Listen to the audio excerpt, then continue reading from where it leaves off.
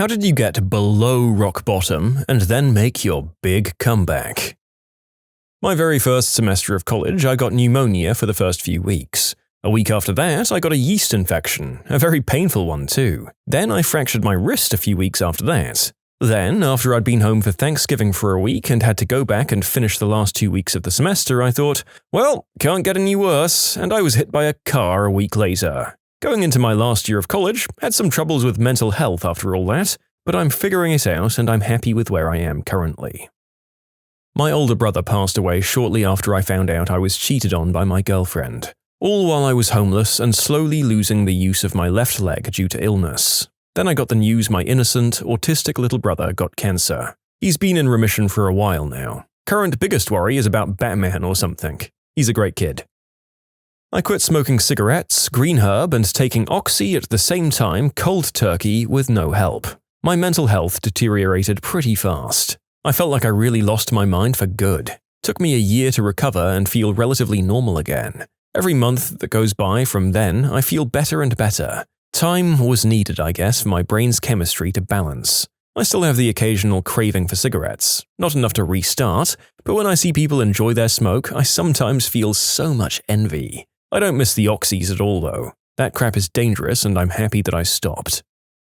I was homeless at age 18. I went to a homeless shelter despite warnings from some shady-looking guy. I got treated like crap, made fun of and belittled, and had my backpack with all of my important documents stolen. All this was by the shelter staff, by the way, the people who were supposed to help. I still don't donate to any homeless shelter. You don't know how they're really like until they're your last hope. After that, I sold my cell phone, bought a tent, found a backpack and a garbage can that reeked like cat pee, but was otherwise clean, and did my best to not starve while going from place to place. My tent got stolen eventually, but luckily nobody took the backpack. I also got a revolver at one point. I recovered by getting unbelievably lucky and having my uncle find me and take me in and even give me one of his old properties in exchange for fixing it up real nice so he could sell it when he retires. If it hadn't been for that, I would have self-deleted after that first snowfall. I was even saving a bullet for it. My girlfriend left me for my best friend. Then they kicked me out of the house that I was paying rent for. Turns out I was never added to the lease. Then they all stole my stuff by not allowing me near the house. I became homeless with just the clothes on my back. I was sick too. It was great. I worked my butt off to get an apartment, go to college with no student loans, and get a good job. This is definitely going to be one of those check your privilege videos for some of you, and for the narrator as well. I've been desperately poor and nearly thrown out of housing before, but never crossed over that line to homelessness. I guess there's still time though. Well done for getting back on your feet, commenter. I was sick of my job, and one of the few redeeming features, my closest work colleague who worked for me in a team of 2, left, for entirely unrelated reasons to me. We're still friends. After a long time just feeling very alone, I split up with my long-term ex, who owned the house we both paid towards, and I moved out. Moved into the only flat I could afford in a quiet street where nobody would really know if I was coming and going or not. Literal assets to my name at that point were a car, a handful of personal possessions. I took out a loan to buy the most basic furniture and appliances, kept everything extremely basic, hoping to move out ASAP. I'm an absolute introvert, no friends. I perform the bare minimum for family to stop them moaning, but otherwise I keep away from them all. I can easily go a year without seeing anyone outside of work. I don't even know the neighbors' names, but they complained several times when I first moved in about all kinds of made-up crap. Turned out that after bills and things, I had a pittance of money each month to do anything with, and nothing approaching luxury. Minimal shopping for food, clothes, and stuff for months on end. I kept the new address from everyone for as long as possible, even my employer, deliberately. I figured it would take several weeks for anyone to find me, and if it did it at the right time of year, it would only be my employer who'd notice I wasn't there first, and then try to trace back, which would be tricky without police help.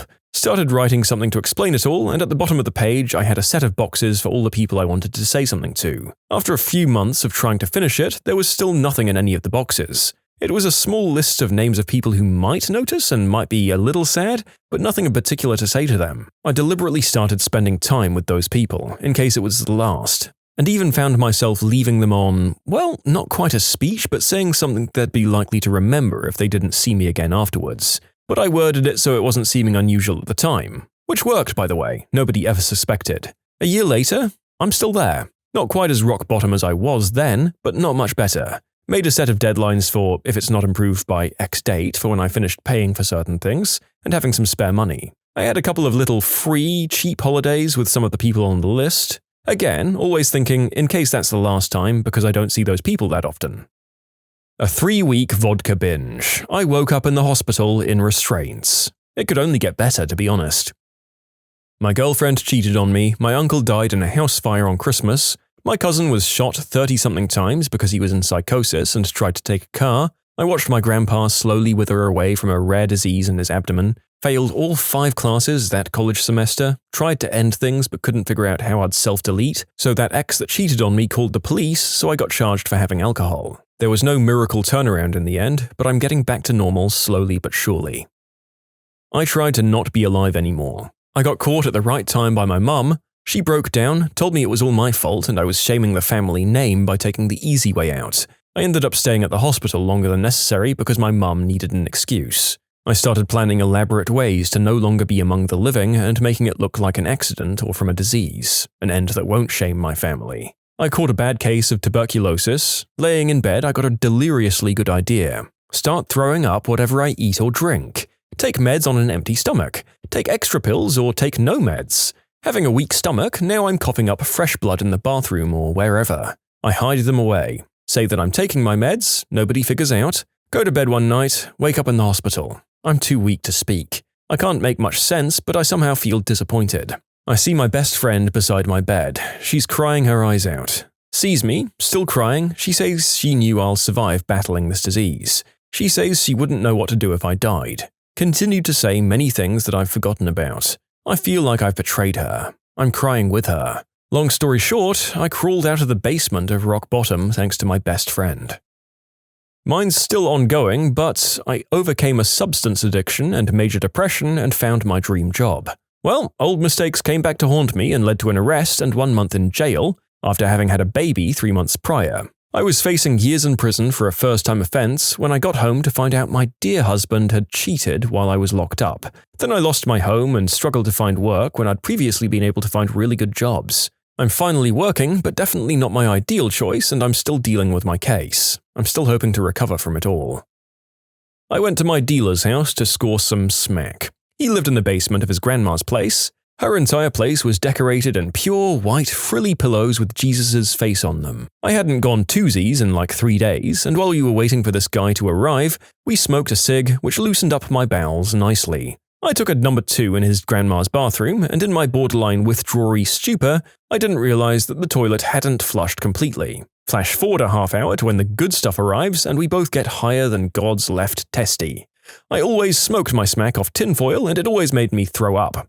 So, I stumble my way back to the Lutheran toilet and yak my brains out. I go to flush, and it's clogged. But I'm gawked to high heaven, so I figure if I just flush again, it'll go down, right? Nope, not right. Anyway, I flushed like 3 extra times, and then it all came right back up. So my friend hears what's happening and comes running up to see what's wrong while I'm standing on the edge of the tub, while everything that had been in my stomach for the last 3 years came raging up out of the toilet. He started screaming that he's going to kill me, and I'm pulling a bunch of white, lacy towels off Grandma's bathroom wall. In the end, I used 6 or 7 towels, all with angels or Jesus' faces on them, to soak up my mess. I didn't quit using substances for another couple of months, but I never saw the aforementioned dealer again. It was definitely the lowest point of my life. In short, I flooded my dealer's grandma's bathroom and had to use her Jesus-approved towels to clean everything up. Yep, that's a definite low point. That poor old lady. I'd be fairly sure that you either got your dealer thrown out of her place, or saw him in some pretty hot water afterwards for a while. Maybe you even had the knock-on effect of making him reconsider his life choices, but I guess I shouldn't hold my breath. My daughter went into sudden respiratory arrest when she was 2 months old. Day 9 of ICU, I got a call that my older 3 kids were in a bad car accident with their dad, and I don't know if they're okay. Fortunately, they walked away with only mild concussions, and my baby is preparing herself for kindergarten and as healthy as can be. I'm so lucky and blessed. About 7 years ago, I went to get £10 out of the cash machine to buy a train ticket home, and I couldn't. I had no money. I know that's not that bad, things could be worse, but that's the only time in my life I've had 0 money, and I felt awful. Luckily, a great man at work loaned me £100 and wouldn't even let me pay it back when I tried to. So, I got 3 misdemeanors and became homeless. Figured that was rock bottom. Had an upswing, got married, only to go to a festival and acquire medication-resistant skin mites. Took several years to get rid of them. They also left me with a residual skin condition that seems permanent, that doctors don't understand and can't treat. You don't really recover from stuff like this. What I did do was learn to compartmentalize my feelings, learn a ton of self-discipline, and become a way stronger person. Now I'm a full-fledged adult with a skin condition who's recently picked up painting again, has started writing, and is learning coding. You can submit your own stories to be featured here on the channel. The story submission link is in the description below. And if you want to listen to some vibey music in the background, check out easymode, also linked below, and subscribe. After my stepdad passed away, I didn't really see my mum for 3 out of the 4 years I was in high school. 2 years I lived with her, she'd take off for weeks sometimes with no warning, and the other 2 I got passed to various family. When I was 19, I was supposed to finally move back with her when last minute she sent me to live with an aunt. The aunt's husband just opened a bakery, so I worked in the bakery doing cashier, stocking the front, dishes, making the coffee, cleaning the front entirely, and frosting the donuts. He did nothing except bake. I worked 70 hours a week from 3 a.m. to as late as 6 p.m. Monday through Friday and worked blockbuster 2 of those days until 10:30. I was sleeping 3 hours or less most nights and he'd pay me approximately $1 an hour as payment for me living with them. I slept on their couch and had only a week or 2 worth of clothes with me. Eventually, my body started not being able to keep up the pace, and in the 3rd month when I pointed out the sink was leaking, he asked me why everything broke around me and why I was so useless. I responded with, "I don't know, maybe it's the same reason you're a butthole." So I got kicked out and I took months to recover because I was anemic and seriously exhausted. I ended up living with a friend, but I didn't make a lot, so I was living off noodles, water and rice for months. In that time, I started dating a guy who ended up treating me really badly, and when I finally got the courage to break it off, he stalked me at work. The cherry on top was my estranged dad and I had started trying to build a relationship again, and he emailed me that I wasn't even his and I was the reason that my parents divorced. I did move back with my mum after that, and our relationship fell apart at the news that I knew about my dad because she thought I should hate her, and I didn't. She'd pick fights so bad I'd get bouts of IBS and have to miss work because I'd throw up for 6 hours so violently I'd pull muscles in my back, abdomen, and neck. At that point, I worked full-time and paid $600 rent to my mum for a 10x10 room with no privacy whatsoever. I'd never had a substance use issue, but she'd barge in without knocking just because she could. I wanted to throw myself in front of the train every day on the way home from work so I wouldn't have to go back to my mum's. Eventually, I had friends who knew I was doing badly, and it was getting scary and they offered to let me move in with them. I cried and said yes. They helped me get my license and my first car. My mum and I since have mended our relationship after years of talking about it, and she finally understands more about how I felt. My aunt divorced her horrible baker husband, the bakery failed because he was lazy and didn't have people skills, and I'm doing much better now and have a much stronger support system. I just started therapy again. I even have a boyfriend who I've been with for 7 years who stuck by me while I worked through my trauma and issues with my past mistreatment by others. I still have a rough time, but I'm glad I'm still here. I was homeless when I came out of rehab, then I spent 6 months in a halfway house. I worked pretty hard to get a 1-bedroom in a share house in the city near me. While living with a group of strangers my age, I had a massive relapse and psychological episode which led to my telling of horrific and manipulative lies. Ultimately, I ended up in ICU for 6 days with internal bleeding. After quickly having to look for a new place, I checked into an intensive outpatient clinic that had a strong focus on dual diagnosis and therapy over the AA God model. It took years of continued treatment to get me properly medicated and as healthy as possible. It's still an ongoing battle, but I have much better tools. I remember sitting in my bedroom at 2 a.m. trying to make myself start the 10-page research paper due the next day and just feeling like life was impossible. I remember looking around the room for something to end things with. This was while I was on antidepressants, by the way. Somehow I managed to not end things then and there, but instead stumble into my roommate's room, wake him up and ask for help. I then lost control and started wailing and crying. He handled things surprisingly well. He went and talked to my professors the next morning and asked them to give me extensions. I ended up failing one of the classes anyway and almost failing the other. After that, everything changed. I learned how to take care of my mental and emotional health and never got to that point again. Later on, when I was doing a lot better, he became pretty depressed himself and would literally spend the entire day in bed. Then it became my job to encourage him and motivate him. He almost slept through a final exam, and I convinced the professor to let me leave, go home, and wake him up. So I kind of paid him back, I guess.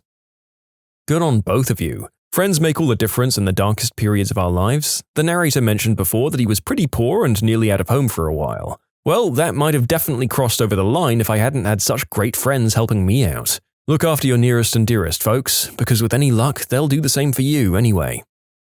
Caught my controlling, substance addict boyfriend cheating on me a few nights before we were both supposed to move into a new apartment. He raged and chucked me out of both apartments. I stayed with friends and at shelters while working 3 jobs to get back on my feet. Had a hard time finding housing. I was struggling with PTSD because not only did he turn on me, the entire community I'd built in the time I was with him did too. Even my own friends. Women were coming to me for months afterwards with confessions.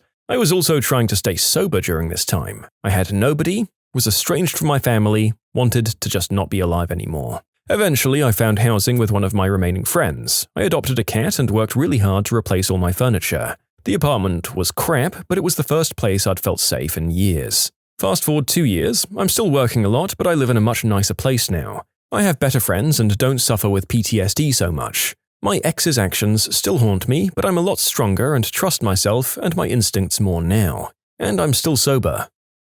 My husband lost his job and insurance. I kid you not, the very next day he broke a rib and had to go to the ER because he didn't know what had happened. Apparently, you can break your rib by sneezing really hard. 2 days later, I had to go to the ER for a kidney stone myself. The ER thought I was seeking addictive painkillers because we'd just been there with my husband, even though that first time we'd refused medication because he didn't want it. So they sent me home.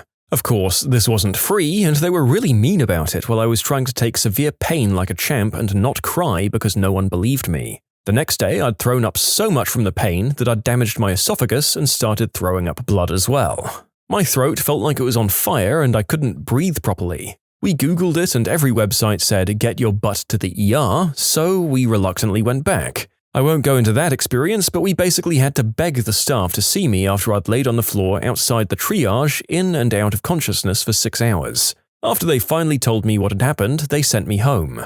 I was still chucking up blood and in horrible pain from the kidney stone. It didn't get better. I didn't want to go back to the hospital after they'd failed to help me twice in the same week, so I went to urgent care instead. They said they weren't equipped to deal with my problem, but I told them what the hospital had done and begged them to try. They gave me an IV, pain medication, anti-nausea medicine, and a couple of other things, and frickin' finally, I was able to go home and recover. And then the hospital bills started coming. The hospital didn't do anything to help my problem, but 5 years later, I'm still paying for it. I can't remember how much it cost because it came as a series of separate bills, but probably about as much as our house all said. In short, got real sick the day after our health insurance expired, still paying for it. Proud to be an American.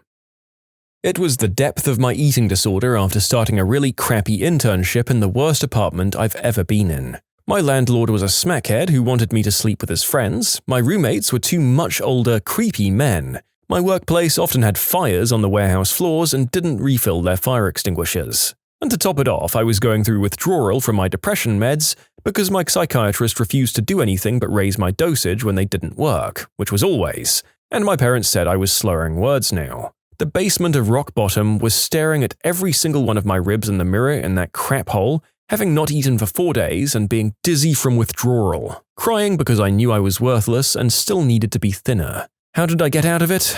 Time and luck. I started forcing myself to eat something every day. I left my job a month early to spend time with my friends and family. Got a prescription for a different medication and started that. Went to a cabin with my best friends and focused on nothing but having a good time for a week. Moved from that sketchy apartment, started university again, and had to eat to think. Relapsed a bit along the way, but I finished the term.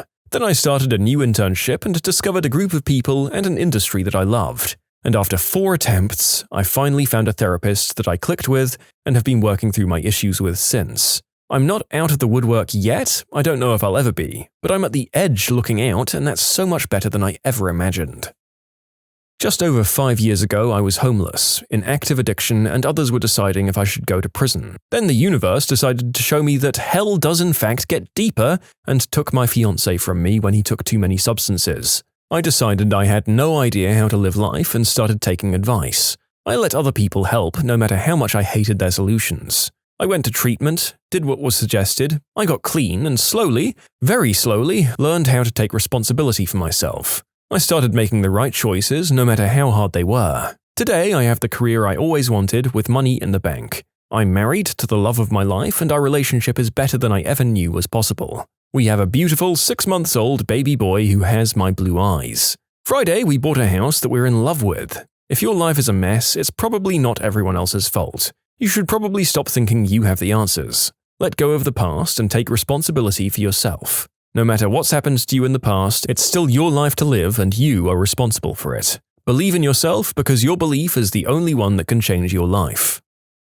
First, my dad died. Next, I learned my girlfriend cheated on me while I was at his funeral. Then I was on the verge of flunking out of college. Then my mum was falling so deep into depression, and my sister thought she might self-delete. The only reason I can explain how I got out of this depressing circle of hell was to just buck up. Nobody's going to help you. You need to find your own way out and put the pieces back together the best way you can. Psychologists, therapists, counselors, etc. What are some things people tend to think are normal but should really be checked out? Disclaimer: this video is for educational and entertainment purposes only. Please see a licensed professional for health advice and counseling. Hi, I'm a kid who fell through the cracks. Got diagnosed with dyscalculia when I was a sophomore in high school. Throughout the years, my parents would tell counselors, psychologists, etc. that something wasn't right, and it was more than me being bad at math. It took a really cool teacher I had pushing and advocating for me to get an official diagnosis before anyone did anything. I understand fully that sometimes parents can be a pain, but please, please, please, if a kid is 15 or 16 years old and is stuck at a 5th grade math level, look into it. People normalize abusive behaviors by loved ones all the time. Being able to identify your own personal boundaries and then enforce them with others for your own well-being is, unfortunately, not innate. Therapist here. If you grew up with or currently are part of a family where the whole family has to work to keep one or more members of the family in a good mood or appeased, that's not healthy. People are in charge of their own feelings. It is not your job to appease others so that they can emotionally regulate themselves. Disassociating with friends. Current friend of mine is having real struggles emotionally and mentally. We're still talking, but he's been distancing himself from other people. We reach breakthroughs every now and again, but it's been difficult. Psychotherapist here. Some things I see regularly that could have been caught earlier before they became a problem: unhealthy coping mechanisms. For example, drinking to, quote, relax frequently or smoking a lot. Even something like promiscuity can be a red flag that a person is trying to avoid dealing with something stressful by distracting themselves. Self-harm. Hitting yourself, banging your head on things, burning yourself on purpose, cutting yourself, etc. All of those things indicate that it's time to talk with a professional. Quote-unquote normal child-teen behaviors that are not actually normal, like running away or getting into fights. Not communicating. When this happens, something is usually wrong. Not always, as some folks are quieter than others.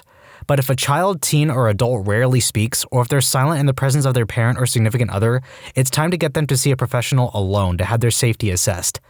I've seen individuals who are literally shut down due to having been profoundly abused by the people they live with, and one of the main signs of that is silence. I've also seen people in perfectly good homes who cannot communicate due to extreme anxiety, and without professional help, it's hard for them to overcome this. Mood swings. When a person's moods change from one extreme to another fairly often or regularly, that is another concerning symptom. Sometimes they are considered eccentric or hormonal, but that sort of thing can be a sign of many problems from bipolar disorder to post-traumatic stress disorder. Self-sabotaging behavior can ruin your life quickly. If you have an event in your life that has affected you negatively and you seem to find yourself exhibiting irrational or incongruent behaviors, see a counselor. You don't have to have any certain pathology to seek mental wellness counseling. Thinking that 5 hours of sleep per night is okay. Rapid weight gain or loss with no obvious medical cause. Relationship problems. Don't get me freaking started. To clarify, what I really mean is that poor sleep is usually a symptom of something more serious like depression or anxiety. Our bodies are often not as well as hiding things as our minds are. I'm curious how much procrastinating and/or lack of motivation to do stuff is normal and how much isn't. From what my therapist told me, if you would simply rather be doing other stuff, that's perfectly normal. But if you absolutely could not bring yourself to do homework, there's something wrong. I used to have severe anxiety attacks about homework to the point where when I needed to do it, I'd either be completely drained and go to sleep, regardless of time of day, or have a huge breakdown. Executive dysfunction, the inability to do things that you know you need to do, is a major symptom of ADHD. Take a look into other symptoms and see if that might fit. See a doctor if your life is affected. I'm going to word this incorrectly, so bear with me if I say something inaccurate, but I have a fun fact for my therapist. The frontal lobe is the part of the brain that deals with anxiety. It also deals with studying, but I'm not sure if it's the ability to force yourself to focus or if it's something else. Either way, the frontal lobe is important. It turns out that it's bad for your brain to be in a constant state of anxiety. So if you had a crappy childhood, like me, you're screwed because, as my therapist put it, the constant stress wrecks your frontal lobe. Which explains why it's almost impossible for me to study unless I'm cramming for an exam in a couple hours or starting to write a paper an hour before it's due.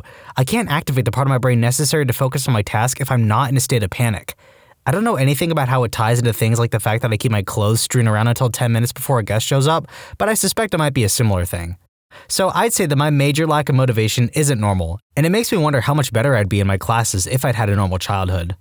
There have been a lot of my patients who have been pretty surprised when I've told them, hey, that's anxiety or depression, when they just thought their behaviors were typical for everyone. Not being able to maintain friendships, constantly being nervous about the safety of your child to the point where you hate being alone with your child without your partner, not being able to motivate yourself to do things, especially things you once enjoyed, feeling excessively tired all the time, not being able to calm down and just thinking the same thoughts over and over without feeling worried. Other things we can help with. Having a hard time trusting others, trying to recover a relationship from infidelity, not knowing why your kid is misbehaving so much and needing guidance, helping to improve communication within your relationships. If you experience these things and more, therapists can help. Let us help you. Edited to add, I've noticed costs coming up in a lot of these replies. I hate that cost is such a barrier for people. Sometimes colleges offer free or discounted therapy from their students. When you're training to be a therapist, you spend at least 1 year working as a therapist while meeting with the supervisor each week to consult on your cases and get guidance on moving forward. My college unfortunately didn't offer discounted sessions, but I know many do. It might be worth checking out. Some systems also have charity care options for people with low incomes. That can be worth pursuing as well. To find a therapist, if you're in the US, you can call your insurance company and get a list of places that take your insurance. That's a good place to start. A good rule of thumb as to whether a behavior or symptom should be checked out is the same we use to determine a diagnosable disorder, if it causes impairment in one or more areas of life. The range of what's normal is huge, but if something keeps you from going to school or work, keeps you from maintaining basic hygiene, from maintaining your friendships, familiar relationships, or romantic relationships, it's causing impairment and you should seek help. Number 1. This is not an exhaustive criteria for diagnosable mental illness. There are many criteria that we consider in diagnosing, but the one criterion that is present for all is that it must cause impairment. Number 2, enjoyment is also an important aspect of functioning. If you are getting by in your life but are miserable, get help. You don't have to live like that. Number 3, serial killers and sociopaths represent a very small percentage of the population and rarely seek help willingly. This was not directed at them. Number 4, the areas of functioning I listed are general examples pulled from the Western culture where I live and was trained. Different cultures have different values and the norms of your culture should be taken into account. Number 5, if you are unbothered by your level of functioning in these areas relative to cultural expectations, good for you. Most people considering this advice likely have a sense that something is not where they want it to be in their life and are looking for confirmation that it's bad enough to seek help. If you're not concerned, my advice is not directed at you. Number 6, no one is saying that being content with having no interpersonal connections is inherently pathological. What if I'm very high functioning? Like, I make it to work every day and have a social life and I'm able to clean up after myself, but I have no purpose. I'm not actually interested in things. I just exist to pay my bills and smile for the audience. It's like I'm just staring at life's clock waiting for my time to be up. I feel like the world is ending, but it's not scary. I'm frustrated it's taking so long. I'm just tired of existing. Is this fine as long as I show up to work and do my laundry? Okay, wow. Y'all have told me to have kids, do drugs, see a therapist, go for a walk, make a friend, to stop being an attention grabber. This is great. Everybody has a freaking solution as usual. But so many of you feel this way, so I'm glad to know it's not just me. I attempted to end my life about 6 years ago. Back then, I could barely get out of bed or feed myself. I don't feel that way anymore, so I guess I thought maybe I still wasn't depressed, that I was finally over it. I took a big step a few days ago and saw a therapist, and I have another appointment scheduled. I didn't think this post would turn into what it is. It was a late night post where my thoughts burrowed out of my skull in a fit of abject despondency. Thanks for the kind words and the unkind words. I just hope you all have gotten something out of this. The attitudes of their parents. No, really. There are a lot of bad things that current parents do that are just seen as normal when they're not, and they have long-lasting psychological effects from emotional damage. Inability to regulate your emotions. Also, negative self-talk. We talk to ourselves way worse than any person could. Let me expand on this if you don't mind. Generally, your emotions should be like a calm river. No needless waves, No great sadness, anxiety, angry outburst, misplaced fear, but also no great ecstasy. All of these feelings have their place and will be experienced at one point or another, but your default state should be calm, like an EKG with an occasional spike. Similarly, when a negative spike happens, one should be able to manage it internally, ideally without the use of external substances, and in an adequate time, move past it. I think that's what we should all aim for, myself definitely included. Shadow people. One question we asked was if they ever saw, heard, or smelled anything others didn't. This came up more often than you might think. I drive trains, which is a career fraught with extensive sleep deprivation and random sleeping times. The company I work for now is really good about rest days each week, but I used to work for another company where I averaged 5 sleep cycles for every 7 days. Also, very stressful work environment between constantly having the company try to trick you into getting fired, or even just how easy it is to screw up and kill a whole town of people. So, shadow people is a common occurrence that we just get used to. They usually appear on the edge of your vision, right in front of you. Some guys will call them track people. They're standing or walking down the track just past your headlights. Just knowing about it makes it easier to just ignore your mind and trust your instincts. But being off duty and awake for 36 to 72 hours at a time gets weird. I start to hear a low murmur, like static or something mechanical, or maybe a radio that is just barely out of tune in the next room, just loud enough to know you're hearing something. And things moving around in your periphery, like things that are really there, disappear and come back randomly. The need for some parents to speak with their children about adult problems. No, your young child does not need to be aware that you are struggling financially or that daddy slept with the lady next door. The parents that tell their children that they are going to go and speed my car into a tree purposely, off myself while you were at school, or slit my wrist when I showered tonight. And parents that they feel they need their children fixed as it's the child and not the family unit as a whole that needs support and or assistance. Just a few recent ones I've heard. In regards to financial comments, taken from a previous comment of mine as I've been getting asked to answer this, I'm talking more on the extreme side and towards children that have been extremely hurt and money talk was used as a tool to make the child feel at fault and guilt to some degree. I'm currently working with a child now that is triggered whenever he hears talk about finances and feels it's his fault they will eventually become homeless. They won't, but this is what he's told. If only he didn't eat so much, if only he didn't have so many school fees. Not to mention the arguing between carers over finances. This must be his fault too though, they're yelling and shouting because of this. I've seen a lot of people dismiss their depression and other mental illnesses because it's not that bad, or other people have it worse, or I can and should be able to handle it on my own. You shouldn't have to suffer through mental illness, even if you technically can. You deserve to be happy, and therapists and psychiatrists are there to help you learn how to help yourself. It's not a weakness to find someone who can assist you in figuring out coping skills or prescribe you medications to help fine-tune your brain's neurotransmitters. This post right here, this is what I've been saying. Some people just say, oh, I'll cope, or it's fine, when it's not. It's like they're not allowed to have a mental illness when in reality they're in survival mode and they can't register healthy emotions or mechanisms. It's like a post I read out before. If you're just existing, living day to day detached from everything and everyone, being constantly tired, or having persistent thoughts of death, that's not normal. And I get it. The American mental health care system sucks. It's not easy to get help, most of the time because it's financially unviable for them. But a lot of times, the people who need it the most won't ask for it. It's because they don't feel the need to. They don't want to bother anyone, or they think it's too difficult, or they have anxiety about making appointments. I don't mean to be pushy or ranty, but I sincerely hope anyone who needs a therapist watching this video gets the help they deserve, because people aren't all awful, especially not you. From the patient side, it took having a massive anxiety attack at my doctor's office to find out that no, massive anxiety attacks in front of strangers isn't common or normal. Research psychologist checking in, if your toddler is doing socially unusual behaviors such as not responding to name, not responding to a social smile, not pointing using gestures, using your hands and arms as if they were a tool or extension of the body, engaging in repetitive behaviors, not responding to your use of gaze to direct their attention to distal objects, check with a pediatrician about getting assessed for autism spectrum disorder. Perfectionism. While a spectrum and everyone wants to do good work, an obsession with perfection is not something to be proud of and definitely not healthy.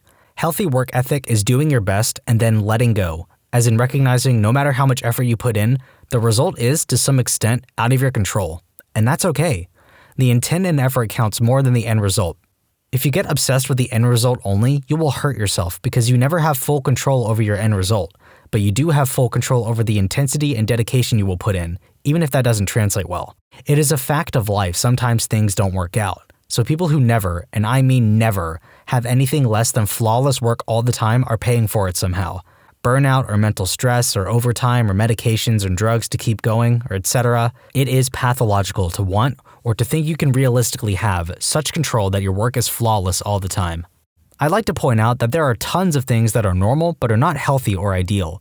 Normal is just what the statistical majority are doing, not what would be best for them. I think the main question should be, what impact is blank having on my life and relationships, rather than wondering how it compares to the average person's experience or behaviors. Excellent point. One of the fundamental points of any successful therapy is aiding the patient in distinguishing whether a behavior is self-helping and or other society helping, or it is self-harming and or other society harming. Many harmful and even malicious thinking and behavior patterns are common, but are definitely unhealthy. Conversely, many greatly healthy and self-helping ways of thinking and behavior may be even actively discouraged by some people in society. See part about unhealthy things being common. So ultimately, anyone seeking a happy and successful life must learn to judge things from a functional perspective, and ultimately throw the loads of negativity and bullcrap that a good chunk of society will often try too hard to instill into your thinking out of the window. If you can learn how to do that on your own, great, good for you. But if you have trouble, by all means reach out. Never let yourself remain stuck. New nurse here. Did my rotation for mental health, and one patient in particular took quite an interest in me. He was very polite and very kind. He was chatting up a storm, answered everyone's questions, and repeatedly asked my name. Later, we got to look at patients' files and I got his. He had a psychotic break and started hearing God. She told him her name was Courtney and that she had chosen him and he was to find her and marry her. Guess what my first name is? Courtney. They ended up moving me to another part of the hospital after that because he was quite interested. Can confirm, I am definitely not God. Way too much responsibility. Coping with stress in your relationships by walking away from conversations, saying you've had enough, or going silent. Coping with feelings of insecurity and anxiety by lashing out at your partner. Example, asking a bunch of questions about one of their acquaintances instead of saying, I feel insecure for these reasons, please talk through it with me. Been a couples therapist for 10 years, now clinical director of a private practice. So many more, but those are two of the most prevalent in couples work. Tech here, so bottom of the totem pole, but I'll offer my opinion. Normal is not the right qualifier in my opinion. Psychology isn't like physiology, where you can go in and they can run exploratory tests on you to find out you're sick in a way that hasn't manifested symptoms yet. That's why your doctor will screen you for certain common or devastating disorders. The way I learned about mental illness was the 4 Ds: dysfunction, deviation, distress, and danger. Dysfunction means it gets in the way of you doing your job, school, or whatever. Deviation means it's not something everyone is going through. Distress means you're not okay with it. Danger is self-explanatory. You come in with some or all of the 4 Ds, and we form a treatment based on a set of symptoms that you most closely match. Then we treat the symptoms. The point of all this is to say, mental illness exists on a spectrum where one end may be so subtle that it only informs a person's personality, whereas the other end is completely debilitating and can get a person killed. You may know someone with features of an illness. In fact, I'd be surprised if you didn't. But if they don't want or need treatment, then they shouldn't be diagnosed. The best example is autism. Someone high on the functionality side of autism will do quite well in life. In fact, it is actually quite fair to discuss if autistic people live better lives than their counterparts. The answer would be entirely based on what you value in a quote-unquote good life. The next group of people are objectively suffering from their condition. They may have a chemical imbalance in their brain that causes them to be more anxious or sad than their counterparts. However, if it doesn't have enough impact on that individual, then they may go their entire lives without really needing to be checked out. To answer your question, if someone feels like their life would benefit from the field of psychology, then they need to get checked out. The hurdle that professionals face is educating people on what kinds of things psychology can help with. That is just to say that many different extremes of certain traits can be a symptom. However, you do have to make sure it is abnormal for that person. Not everyone who doesn't like people is clinically isolative. Not everyone who has lots of intimacy with multiple partners is hypersexual, and not everyone who doesn't brush their teeth is depressed. It takes no time at all to learn the different symptoms of different disorders. The rest of the time at school will be spent finding how to tell if those traits are a symptom or just who that person is, and of course what to do about it. Often the question of why is important in mental illness. Not participating in something you used to love may be anhedonia, or you may have just lost interest. Your medical doctor should never have to ask you why you have swollen lymph nodes. Your therapist should absolutely ask why you want to get a divorce. He cheated on me is not a symptom, but he's not my husband anymore, he is an imposter that looks like my husband, but he is an Al-Qaeda spy sent to kill me is, most likely. Emotional regulation. I see typical kids that just can't handle anything. It's terrifying. They are going to have a very difficult journey ahead unless they seek help.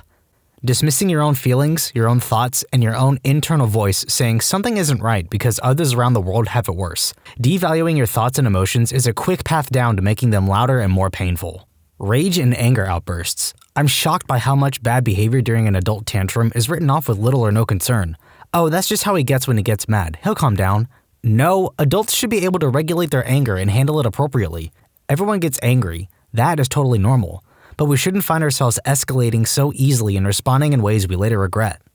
Trauma reactions. They are very normal for the situation, but are not healthy or easy to deal with without help. Our bodies and brains hoard survival responses, so I see a lot of people struggling with unhealthy coping skills or habits that at one point kept them safe and helped them survive. This can range from large mood swings, emotional or physical disassociation, difficulty connecting with one's physical or emotional being, and difficulty identifying triggers. I get a lot of childhood abuse survivors who have had issues in therapy before due to this. If your therapist goes in assuming you are able to connect with and name feelings, identify what is weighing on you, etc., they won't be very helpful. Also, my normal therapy PSA is, whenever possible, please don't wait. There is no such thing as an issue too small for therapy, but waiting can cause something to morph into a way bigger issue. I know for a variety of reasons that isn't always feasible, but if you can, please do. American teachers abroad. What is the craziest thing your students thought was true about Americans? When I was teaching in Spain, I introduced myself to the class and told them I'm from Miami. I hear a kid shout out in Spanish, "Wow, how is this guy alive?" CSI Miami, Dexter, Miami Vice, and Florida Man have really corrupted foreigners' views of my city. I was presenting an exhibition in Shanghai of about 95% Chinese people, and a young woman came up and asked me where I was from. I am white with brown hair and eyes. When I said I was American, she looked baffled and responded, "But don't all Americans have blue eyes?" A lot of people also think that all Americans are fat and tall. It's a bit more understandable when the person is old. An old man in Shanghai Park asked where I was from, and when I said the US, he hollered, "Then how are you so short? I'm just over 5'2". American in South Korea here. Have been asked by co-workers if high schools really have vending machines full of birth control pills. Also, if I know any cowboys, not the football team, and if I have a gun back home. Students ask me if I know Obama. Same kids yell, "Obama!" anytime they see a black person in their books or in a video. We're working on that. At my high school, I was the immigrant mediator who would teach newly arrived Russian and Ukrainian immigrants, and sometimes Jamaican and Haitian immigrants, English, and assimilate them into American society. This was in southern Brooklyn, where there were thousands of Russian immigrants coming in during the early 2000s every year. I was picked for the Russians mostly because I was from Chechnya and knew Russian. The biggest thing they would ask is how did they start with dealing drugs, joining gangs, and where is the nearest gun store. They came from places with atrocious crime, and often they were criminals, and they probably heard about America's drug and gang problems and thought they could make a better living doing that in America. They had watched movies like The Godfather, or even stuff like Menace II Society, and thought America was this badass outlaw land, when in reality their countries were a ton worse. Many of them came during the 2000s, during the early Putin era, when crime was dropping fast and it became harder to be a criminal in Russia. But many were shocked that NYC was not the crime-filled nation it was back in the 1980s and 1990s. Hi, welcome to Brooklyn. I'm Willmaster123. I'll be your immigrant mediator. Here's the steps to get your FID card and a list of local gun stores. Here's the common application to fill out for the Bloods, Crips, and all the other major gangs in the area. Here's the list of gangs who are hiring and positions they are trying to fill. As an immigrant myself, I would be wary of letting my handlers know that I intended to involve myself as a criminal in the country I was moving into.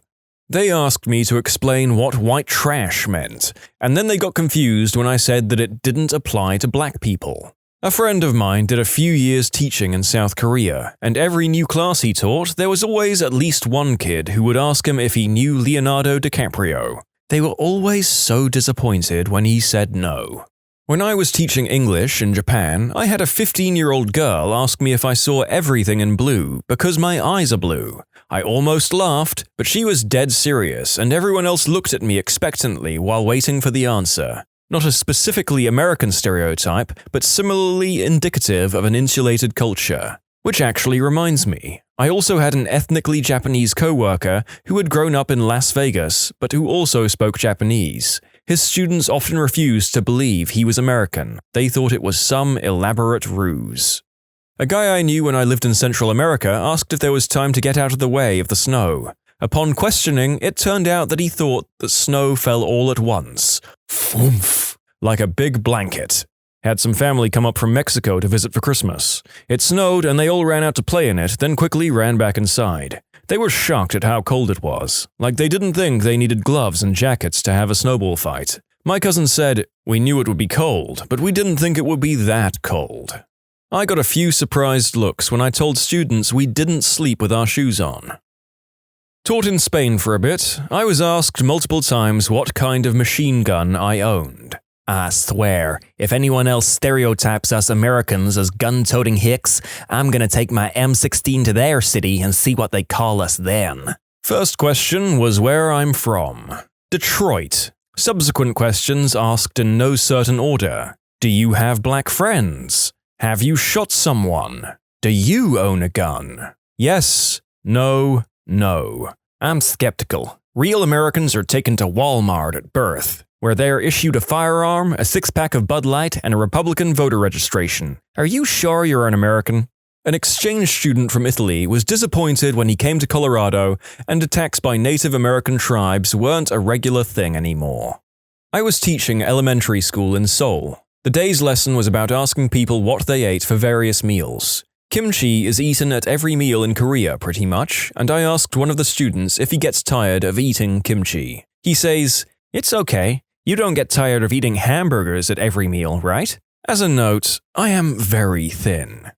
I'm trying to think of an actual equivalent for America, but I don't think anybody eats anything as frequently as Koreans eat kimchi. Other commenters sure have a lot of opinions on the matter, though 80% of them do appear to be either cheese, bread, or potatoes. My students seemed pretty shocked I didn't personally know Obama. Also, they call every black guy Obama and every black girl Beyoncé. Interesting that we now have multiple cases of this being a thing in foreign countries. First question asked was if I'd ever shot anybody, then asked if I owned a gun. Then they seemed skeptical that I was American at all. This is second-hand, but Mark Salzman's non-fiction book, partly about teaching in China in the 80s, Iron and Silk, had some doozies in it. A grown man asked him if the rumor he heard about America was true, that we had machines that did our work for us that looked like people, but occasionally went rogue and hurt people. I think someone heard about the Terminator and played telephone with it, is the only explanation I've got. Or perhaps Blade Runner. I teach in the Middle East, and one of my students was legitimately scared of gay people in America because he thought they were aggressive. Like they would pull you from a car and assault you aggressive. Just a lot of scary, weird misconceptions about gay people. When I was mentoring university students in Kyrgyzstan through the US Embassy Outreach Program, they thought The Bachelor was how we actually dated in the US. I taught high school English in France. Some sample questions from the students. How many donuts do you eat per week? How many celebrities have you met? They were under the impression that celebrities were just walking around all over the place and around every corner, in a country of 300 million. How many guns do you own? Do you really only drink from red cups at parties? Does everyone drive a big car, like a Hummer? How many times a day do you eat McDonald's? Why does everyone in America go to church? How many gangs are there in your city? The only cities in the US that actually mattered to them were New York, Las Vegas, and Miami. I worked in Korea for several years. Occasionally my work group would go out for pizza or steak dinners, or something like that. Several of them would admit to me that even after scarfing down an appetizer, a salad, a bowl of soup, a massive steak, 2 sides, and several glasses of beer, they would go home and have rice and kimchi, because they hadn't yet had a meal. Apparently, you are not a good Korean unless you have rice and kimchi at least 3 times a day. One of them would often bring me bread. Later, they would ask how the bread was. It started to seem like all our conversations revolved around bread. I asked one guy about this once. He said, "That's what foreigners always eat, right?" It seemed that they were inferring that since they had to eat rice and kimchi 3 times a day, there must be some American equivalent, and since Americans never eat rice, it must be bread. Minds were blown when I told them that I do sometimes eat rice at home, or potatoes, or bread, or pasta. I taught English in China for a while back when I was in high school. They thought all white guys could surf, shoot a gun, and walked around without a shirt. All white girls had huge chests and were very stupid. All black people were drug users. The European fascination with our use of red Solo cups as the sole way of imbibing never ceases to amuse me. I'm from Ireland, but I lived in Ohio for a year. I too found Solo cups and school buses an extreme novelty. I enjoyed the portion sizes too. I pay once and get 2 meals out of it. Mostly, the biggest thing I was taken back by was seeing American military vehicles and soldiers in person for the first time. I've traveled a lot and big into journalism, so I follow international relations and current affairs quite a bit. But it never dawned on me that I'd basically seen saturation coverage of American soldiers in films, video games, and on the news, Afghanistan, Iraq, but never in person. I kind of weirdly had a bit of a starstruck reaction when I saw soldiers at an airport or Humvees traveling between bases. Besides being asked if Americans shower with their shoes on in order to keep them clean enough to wear in the house, I've had to keep a straight face when a barely 5-foot skinny Japanese girl asks me if she seriously had a chance to be a big black rapper's hoe upon graduation if she went to college in the US. Other noteworthy ones were an adult student whose mind was blown when I told her that we have sewing needles. She thought they were a Japanese-only thing, and a kindergarten teacher who didn't know that cats cradled string games were known outside of Japan. Studied abroad in Japan, and people were surprised that my English was so fluent. I'm a white Australian. Many of us in English-speaking countries would also attest that when a certain amount of Aussie slang is involved, it nearly becomes another language. No shame on the Japanese for thinking this. I'm in a small town in northern Italy, and my students are baffled by the fact that I don't go to church. I taught English in France for a year. One day, one of the kids made a comment about seeing me out running over the weekend. The kid sitting next to him goes, "Well, how did you see her if she lives in America?" The teacher was like, "Wait, what?" Turns out this one kid thought I flew home to the US every day. This was a 4th grader. I'm an American in Europe who TAs, and most things are from movies. Super unsafe, callous people, everyone has a gun, women sleep with anything that moves, etc. When I ask, say, a German if I should then base my opinions on how they are shown in movies, I get a look of horror followed by one of understanding my point. Wait, you mean all Germans aren't lederhosen-wearing, beer-drinking yodelers? No, that's Bavaria. It's the Texas of Germany. Not a teacher, but I'm from Tornado Alley, and a group of students in New Zealand ask me, "How do you get to school? Aren't there just tornadoes everywhere? It must be so scary." Apparently they thought that there are tornadoes everywhere all the time, and you just drive on the road like, "Oh look, there's 3 tornadoes out today." Not just an American thing, but one of my teachers was in the Peace Corps back in the day and went to the Philippines. She said that all the kids thought that snow grew on trees because the only snow they'd ever seen was in pictures. Women sleep with anything that moves. This is an American stereotype? I thought we were looked on as prudes in Europe. Ethiopian children didn't believe I was American because I'm not blonde. Black people are made of chocolate. I almost didn't want to correct them. They prefer the term delicious Americans. Introducing myself to my middle schoolers in France. "Where are you from?" "I'm American." But you are not fat?" I was asked, "Why is most of the world America?" Me, "Huh? What do you mean?" "You know, North America, South America, Central America, Latin America, United States of America." He was from a very small place in South America, so he scrounged up a world map and talked about it for a few hours. A kid asked where my gun was and if my horse was outside. One of the takeaways from the other stories seems to be just how many people outside of America think that GTA is a depiction of everyday American life. It's just so nice to see someone base their image off Red Dead Redemption instead. I work in the Middle East, and I got a lot of casual N-word dropping, I think because the students hear it in gangster movies and pop culture, and think it's just commonplace. They have no idea that it's even slightly taboo. I tried to argue one day, and a student pointed out that Snoop Dogg said it about someone else, so why can't he? Says something about our culture, I guess.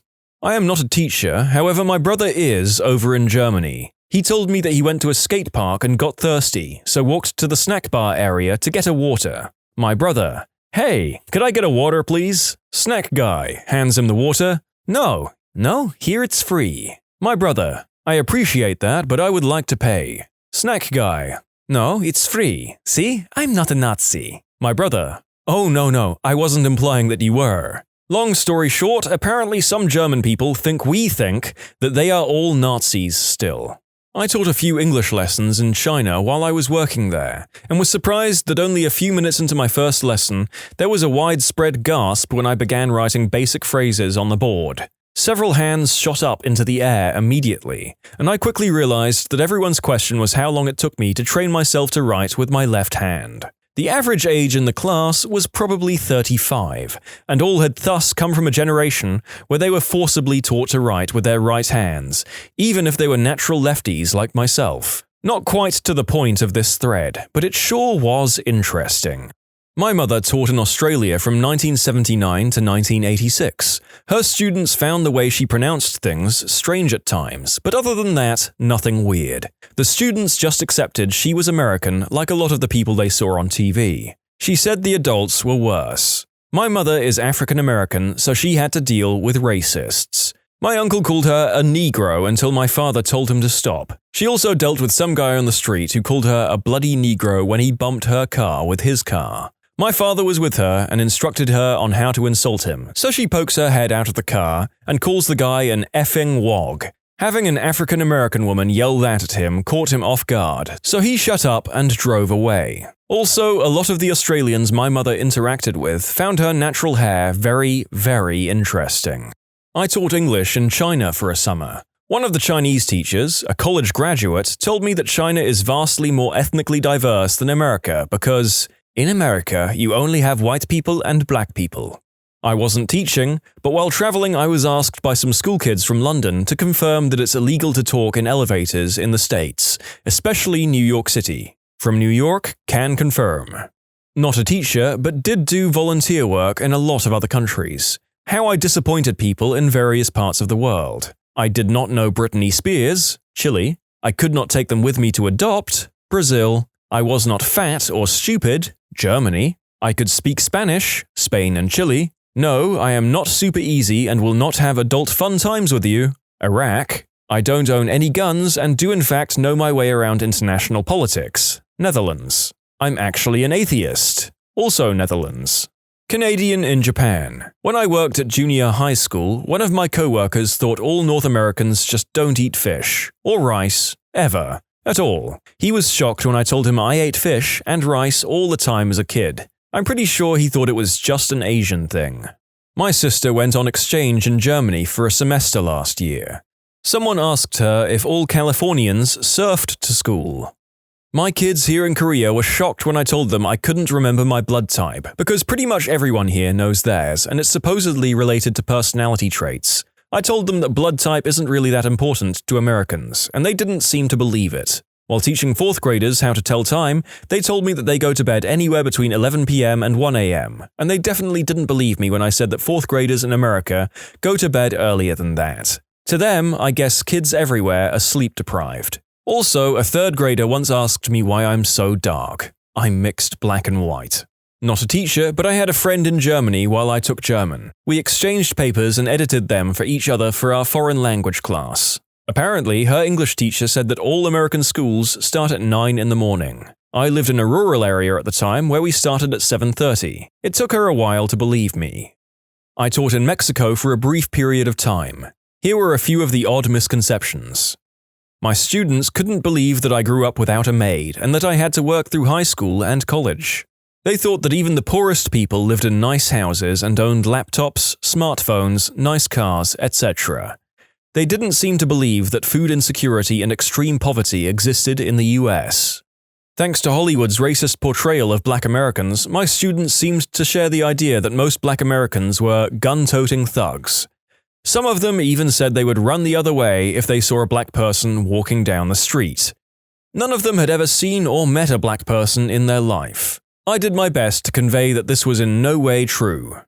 Another weird thing was that my Mexican roommates would yell at me if I walked around our apartment barefoot. They told me that I would catch a cold by walking around without socks or shoes on. Apparently, my American friends were also told this by their host families and roommates. Been at my best friend's Mexican grandma's house quite a lot. Socks are required footwear at all times or else we'll die. Am Russian. Will get cold if I walk around without socks. Will get cold feet with socks. I'm in Japan. Had an educated, middle-aged guy tell me he thought it was strange that we traditionally used pumpkins during Halloween. I asked him why he thought that. He goes, "It must be very expensive." I'm like, why? Because it must be expensive importing all those pumpkins from Japan. Dude thought all the world's pumpkins came from Japan. When I tried to convince him otherwise, he didn't believe me, until I asked him where he got his pumpkins. When he told me he got his from Yamanaka grocery store, I was like, we pick ours from the ground. He was still skeptical. People who made an impulse decision when they found out Hawaii was going to be nuked. What did you do, and do you regret it? Apologies for the Hawaiian mispronunciation in advance. Currently in Kailua on the island of Oahu. When my wife and I got the message, we were in bed. She asked me to make scrambled eggs with sausage, toast, and avocado. So I went downstairs and made breakfast as fast and best I could. Gave my pup some too, because he's going to dine like a king if it's really his last meal. After the false alarm, we made an appointment at an ultrasound office to see our unborn daughter. Life is precious. I started off trying to wake up my roommates to no avail. Then, in extreme denial, I walked outside my home to see if everyone else was hysterically preparing for a disaster. There were crowds of people running to their cars from the beach, the freeway was completely blocked, and yet there were also elderly people who didn't get a notification just watering their lawn as if nothing was happening. After the 5 minutes outside, which felt like an hour, I walked back in to see my roommates awake, switching through channels and seeing a banner on every channel that warned us to seek shelter, stay to the floor, and stay away from windows. Then I received a frantic call from my mom, from California, in tears saying how much she loved me and then calling my dad and 2 sisters saying it could be the last time they might talk to me. My 12-year-old sister felt so rushed and said she loved me but didn't know what else to say. I could hear my other 6-year-old sister say, "How could Ryan be dying? There's no way." At this point, my biggest fear was no longer dying. It was the thought of my family I'm leaving behind. I told them how I live in an area with low population and away from military bases, and I should be fine with my water and food reserves. Mid-call, I receive an incoming call from my uncle who lives on the island. I figured he had important news that was relevant, so I told my family I had to hang up. He told me it was a false alarm, so I proceeded to tell everyone else. And that concluded my most stressful 30 minutes ever. My best friend is vacationing there. She crawled into bed with her 3- and 5-year-old daughters and held them while accepting that they were going to die. Her husband called from a fishing boat trip to say he loved them and wished he was with them. My grandma told us she bought MREs on Amazon when she got the alert. We had to actually explain to her how that wouldn't have helped. When I heard about it, my 12-year-old daughter called from a shelter at a basketball game she was cheering for. Neither my wife and I received any cell notification, so we looked at each other and decided that by this point, if something is coming, we don't have time to seek shelter, so just hope for the best and let the other kids sleep. I have a coworker that ran red lights taking his family to a hospital basement for shelter where a woman was forced to give birth. 100% don't regret my approach to this. Personally, I slept through it. I woke up to the second, "lol, never mind," alert. Though my dad was down at the beach taking pictures, and he told me later that he fully intended to just stay there and hang out. My mom had thought her phone had a virus, so she didn't do anything. 807, ballistic missile threat inbound to Hawaii. Seek immediate shelter. This is not a drill. 845, lol, never mind. Hawaii resident here. While I did make the impulse decision, the people around me did. I was sleeping when the announcement came out, and the others in my house didn't decide to wake me up. They said, if I was gonna die, might as well let me die in my sleep. We all became tired of the news after 2 hours. It just became annoying. Cleared out the fridge and hid in it for 6 hours. Got the alert with 2% battery, so had no idea it was fake. Went to Honokohau to dive. Figured 100 feet underwater was as good a place as any. No boom. My dad lives in Molokai, population of 8,000 or so. I called him when I heard about it, asked him about it. He said, 1, he didn't think it was real anyway. 2, a nuke from North Korea would be small and aimed at one of the population centers, Oahu, Maui, Big Island, and would not kill him. And 3, if 1 and 2 were wrong, he couldn't do much to stop it. He just had breakfast on the lanai like usual. Side note, for mainlanders, a lanai is a deck and lanai is another island. I ate all the leftover lasagna in my fridge. I figured that if crap's about to hit the fan, I better carb the heck up. I texted my mother, I need to tell you I love you. In case everything goes wrong, please tell everyone I love them and I've had a wonderful life. I'm very happy. She called me in a panic and I told her I loved her. She asked me if I was going to leave and I told her I was going to stay with my husband no matter what. I ended the call because I didn't want her to hear me die if it did happen. Then I kissed my husband and we held each other on the couch. It was a good day. My wife and I had just sat down to eat at Cafe 100 in Hilo on the Big Island when we all got the alert. I don't know if it's because we were both first responders or what, but we just continued eating while trying to check the internet to see if it was real. I know it said not a drill, but it was just so, surreal? The owner sent his employees home and sat with us. I remember thinking that this is an island, there's no place to go, and I already paid for this meal, dang it. I got on the emergency services scanner for the island and heard someone confirm it wasn't real, about 15 minutes before the actual alert went to everyone, so that was good. I'm just mad that the first place the government went to confirm it was false was freaking Twitter. We had next to no internet connection because everyone was jamming the signal, and Twitter is terrible anyway. Why not send an all clear on the phones ASAP? It was 8:07 a.m. and I was sitting in my hotel room in Waikiki browsing Reddit, saw the alert and immediately turned on the news and started going to Twitter. I didn't hear any sirens. No news. It was eerie enough to question, so I went outside my door and saw people yelling and people calling loved ones. I was glad I stayed calm, but hotel staff was running out of the building and the lobby was a crap show for about 20 minutes. From my point of view, the locals seemed scared it was their home and livelihood. I was on an island 2,395 miles away from home, so if I was gonna die, at least there was nice weather. My friend who goes to college on the island said campus was an absolute crap show. All I regret is filling my emergency water containers right behind the car. So now I'm blocked in the garage by 150 gallons of water. I felt like this alert showed me that I can keep calm and that I'm a bit apathetic towards death, and I'm pretty proud of myself. I got drunk for the first time in 4 years of sobriety. Oops. I made an impulse decision to stay in bed with my wife. Nowhere to go for safety, no time to get there anyway. Might as well be comfortable in my bed with someone I love. My 70-year-old dad ate 2 loaves of bread while hiding in his closet. He said he only regrets it because he has to buy more bread now. This man was gonna die crammed full of bread. I can't stop laughing. Well, I don't live in Hawaii, but as someone who's planning for some of this stuff, I'd caution against just resigning yourself to die. Depending on a lot of different factors, you could easily survive. A woman survived Hiroshima 300 meters from the hypocenter of the blast because she was in a sturdy building. The man sitting on the steps outside became a shadow on the pavement. The typical yield you could expect to hit a counter-value target like a city is below 1 megaton, probably closer to the range of 150 to 300 kilotons. If you don't live downtown, the likely center of the target, and are at least 2 miles from the hypocenter, then you stand at least a 50% chance of surviving, which goes up exponentially if you take even basic steps to survive, like hiding in a windowless room. There are so many different factors to consider. Is the weapon set for ground detonation or airburst? If airburst, what altitude? What direction is the wind blowing? Fission versus fusion ratio, local geography and proximity, and so many others. Point is, don't give up. You can make it. I never would have expected motivational advice from someone who's a doomsday prepper. I regret not calling my parents. I was in total denial mode and only called my fiance to ask if he got the alert too. He was working at Honolulu Airport, where the scene was more chaotic. He didn't think he'd ever see me again. I'm including details on how the airports were. All the flights were grounded. He was at H&L at the time, and passengers started walking off the aircraft. The captain eventually deplaned everyone.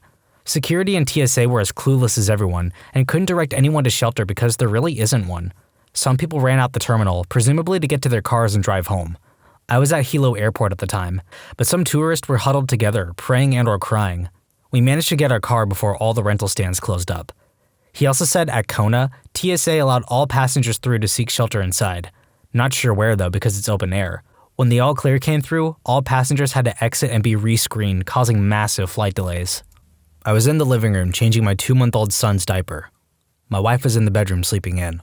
I hear the alarm go off on my phone a couple feet away and just think, oh, it's just one of those Amber Alerts, and go back to changing his diaper. A second later, my wife comes up running out of the bedroom screaming that we were going to die. I kind of froze up. All I could think about was how helpless I felt and how I couldn't do anything to save my newborn son. My wife was running around the house grabbing diapers and formula for the baby, and I was just slowly finishing changing his diaper because I couldn't imagine that something like this could happen. After about 2 to 3 minutes, I sort of snapped back to reality and focused only on getting my son and wife to some sort of safety. I live in a relatively small beach house with very thin walls, so I knew it wouldn't do anything, but I told my wife we would be safest in the bathroom in the middle of our house. It really wasn't an impulse decision, but throughout the whole thing, I didn't even think to call or text any of my family on the mainland. If you had asked me what I would do if put in this situation, I would say I would call my parents and tell them I love them, but I didn't even think of that. I just thought about how much I love my wife and son, and how sad I was that I wouldn't be able to see who he would become when he grows up. This has really given me a completely different perspective on life. It makes me sad that I didn't even think to say goodbye to my family back home. TLDR, I didn't think to call anyone back home and could only think about my wife and newborn son. It's funny how he phrases this as if it's something he regrets, but honestly, he should be glad that his first instinct was being with the people he cared about the most who were with him. Reading this next one, I can only think of a movie like Shaun of the Dead. In the chaos of figuring out where to seek shelter, we ended up deciding to go to the hospital that my wife works at. She's a nurse. Figuring we could maybe help out with the flood of people that will be coming to the hospital with injuries. We have about 20 minutes from the time an alert is received until the missile hits. We were up against that limit when I pulled into a parking spot I found on the street. My wife grabbed my son and ran for the hospital. I grabbed some change and started paying the parking meter. My wife turned back and yelled, "What are you doing?" I yelled back, "We have to pay the meter. Even if the world is going to end, we're not savages." We didn't get a parking ticket, so no regrets. I was in a hostel, and I'm a male, and all of the other people in the hostel room I was in were women the same age as me. We all got the text at once and looked at each other. I knew what I had to do. Awkwardly comfort them with jokes while they cried. Not very romantic. Had an impulse panic attack. 195 out of 100 wouldn't recommend. Sorry, is 195 out of 100 your rating or your blood pressure? I was at a laundromat and my wife called me all panicked after receiving an alert on her iPhone. I told her that it was probably a mistake because I didn't receive it on my Samsung phone and that it must be a technical glitch or something. Also, it seemed like there should have been sirens, emergency news broadcasts, and a full-on national or military notice rather than just a notice to iOS users. In hindsight, I was right and seemed like Joe Cool, but I now feel like I should have reacted more and taken it seriously. I don't want the last moments of my life to be me saying, "It's probably nothing." I was a dismissive jerk to my wife who was genuinely freaking terrified, and I regret that. I was at work here on Maui. My wife was at home with the kids and I called them to calm them down. Once I realized they were all together, I went to the third floor of a building with some coworkers and waited for the big bang or whatever was to come. I told my big Samoan boss that we should just hug. This way they would find us frozen in time like the folks they found in Pompeii after Mount Vesuvius. Things were a little awkward the rest of the day. Rolled out of bed and told my boyfriend, well, how about I make us one last cup of coffee before we die? And proceeded to the kitchen to brew a small pot. All I wanted was one last time to do one of my favorite things. Sit and talk stories with him with coffee and cigarettes in the morning. Maybe it wasn't so impulsive, but there was something about it being the last time to ever do that. My uncle and his family live in Hawaii. He's been cheating on his wife for 2 years. We all found out about it in a mass text he sent 5 minutes after the emergency text went out. He wanted to clear the air before he died. I imagine that family reunion didn't go quite well. Late to respond here, but I'll throw mine in. I work at a huge tourist location on Oahu. Pretty quickly after the alert went out, we started herding all of our guests into large buses and moving them to a huge World War II bunker we have on property. In the middle of directing guests on where to go, I realized I hadn't clocked in yet and decided that if I was going to die in a thermonuclear detonation, I might as well be getting paid for it.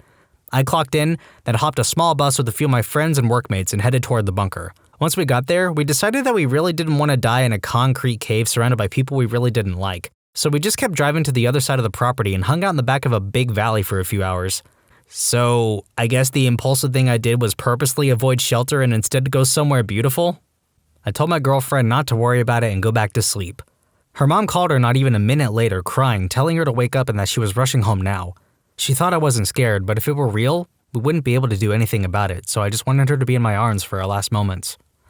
I live pretty close to a town center, so for me, I looked at my girlfriend and said, I love you and I hope it's fast. Sat in bed with her looking at pictures of our trip we took to Big Island and just was with her. The weirdest part is basically just living today. Yesterday, I fully accepted I was gonna die, so it's weird having to just live with the idea that I didn't. It's good, mate. You've seen the worst, and now you can take stock of what is really important and adjust your life accordingly. I have a favorite cup that I use all the time. One day, I will drop it and it will break.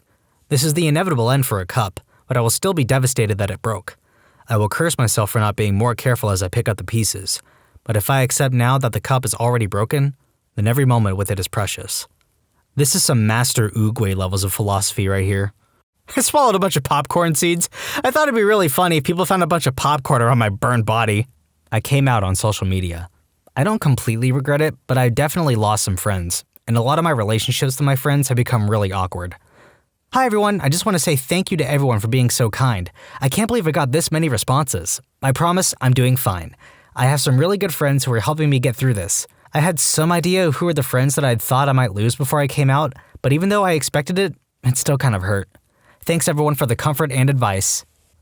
Luckily, the only bomb that dropped that morning was in my bathroom, and it too took 40 minutes to clear. On a more serious note, I realized only last night that I kept my sanity intact due to dumb luck. For me, it was because I took the kids out late the night before, and we were all home all together. After digesting the stories of my friends and family, I realized that if my children had been at school or away with their mom, or if we had been driving in the middle of Maui somewhere, I'm pretty sure I would have absolutely lost it.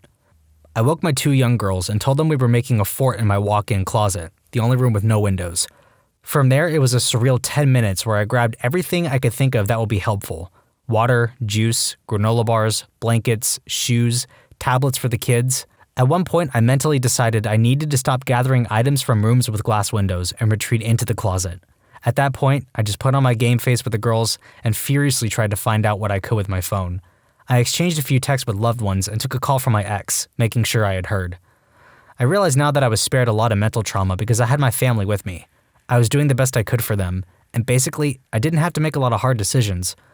I read a lot about the anguish of separated family, about those at soccer games, shopping at farmers markets, and those who had no idea what to do with those who they needed to protect, and those who they wanted to but couldn't contact. I'm glad my girls and I were spared the visuals of the panic. Later, I went to a sunset party which had a newfound vigor as friends embraced each other a bit harder and half joked, "I'm glad you're alive." I was in my living room sitting next to my husband and sleeping 2-month-old. Saw the alert on my phone, we grabbed the baby and his pacifier and went and sat in the bathroom. I started calling people who work on base to see if they knew anything. My husband was checking Twitter. Saw something about it being fake, went back out into the living room to check the local news. Saw the alert there, went back to the bathroom. The siren started going off, and I got there holding my 2-month-old baby, crying, thinking we were going to die, and I had no way to protect him. Got the false alarm message, and husband took the baby back out to the living room while I cried for a while longer in the bathroom. So, no major impulse decision, just a what the heck do I do, and cool, the best option I could think of in this moment is to sit in the freaking bathroom. I live near Pearl Harbor. I think the sirens I heard were coming from there. Either that or Hickam. My boss lives there and heard them too. I only heard them for about 5 seconds. Also, as for hiding in the bathroom, it is the only room in our house with no windows. Although pretty sure where I live it wouldn't have mattered. We would have been dead. Also, my husband and I grew up in the Midwest, so for tornadoes or severe thunderstorms, we would always either sit in the basement or bathroom. We don't have a basement here in Hawaii, so the bathroom it was. Also convenient for, the nervous craps and all. I woke up to people calling me about the alert, looked at my phone and read the message. I started searching the internet for answers, and there was zero coverage, which made me even more scared because I thought it was some kind of government conspiracy to not let the rest of the world know what was happening. I go to the Hawaii subreddit, and everyone is saying that they got the alert, but no info on whether the threat is real. Thinking about my life, I started to feel content with my inevitable death. Then I imagined my last moments slowly burning in intense pain, and that thought was followed by a minor anxiety attack and involuntary shaking for the next 30 minutes. I was hiding out at home with my best friend, decided to hold her hand and tell her I had feelings for her considering we were going to die and all. She didn't feel the same way. It's awkward now, and I'm worried for my friendship with her now. This didn't happen to me, but my friend, who is currently visiting his grandfather on the Big Island. He told me that right after he received the first alert to seek immediate shelter, he went down a couple homes to where the Clintons were staying to ask the Secret Service guys what was going on. Apparently, they were all in gas masks and ready to go. My friend, before receiving the false alarm alert, said he made a mimosa, said goodbye to his family, and planned to go sit on the beach to watch, as he described it, the fireworks. Wait, the Clintons? I regret telling our children what we thought was happening. My oldest child is 7. We explained it very simply with as little detail as we could, but geez. We told him a bomb was on the way from North Korea. We told him about the missile defense systems that all we could do was hope that they worked. We took away a lot of his innocence, and he's really shook up still. Afterwards, we told him about Mattis and how he's so smart and helps run the military to keep us safe. We couldn't think of anything comforting to say about the president, so my husband told him cool stories he's read about Mattis. My younger child is autistic and was just mad that the plans changed again. He was annoyed that the missile didn't come and didn't understand that the message was a mistake. He felt better when we went back to our original plan to hit the beach. I'm stationed on a nuclear sub in Pearl Harbor. I was on watch when it happened in the engine room. We had the whole duty chain of command in the reactor control room, and they told us they were going to evacuate all unnecessary personnel. We emergency closed the shielded volume of the reactor compartment so that we could get everyone off of the sub and into a floating support vessel docked near the ship. In hindsight, we should have just got all of the sailors into the reactor compartment and dogged the hatch. We'd have a pretty strong pressure barrier, and it has probably the best shield for a nuclear blast in the closest vicinity. It's sufficient to keep the crew from getting exposed to excessive amounts of radiation while the reactor is critical. Shields work both ways, so probably best to hug the shutdown reactor as opposed to getting vaporized topside.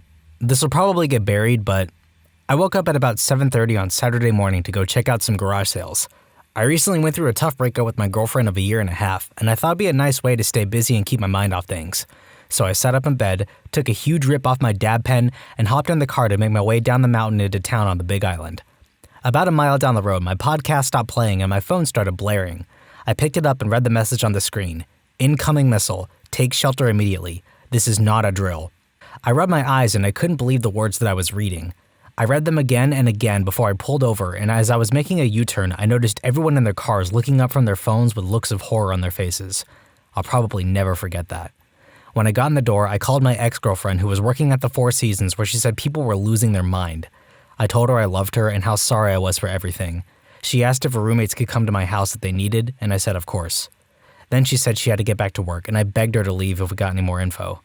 After we hung up, I went out to my back porch and looked to Oahu, and that's when I started hearing jet engine noise. It was getting louder, and I was running around to see if it was an airplane. Never did see a plane. I was terrified. No other way to put it. Last night we spent the night together for the first time in 10 days. She slept in my arms while I silently just laid there in the dark. Didn't sleep all night long because I missed that feeling so much.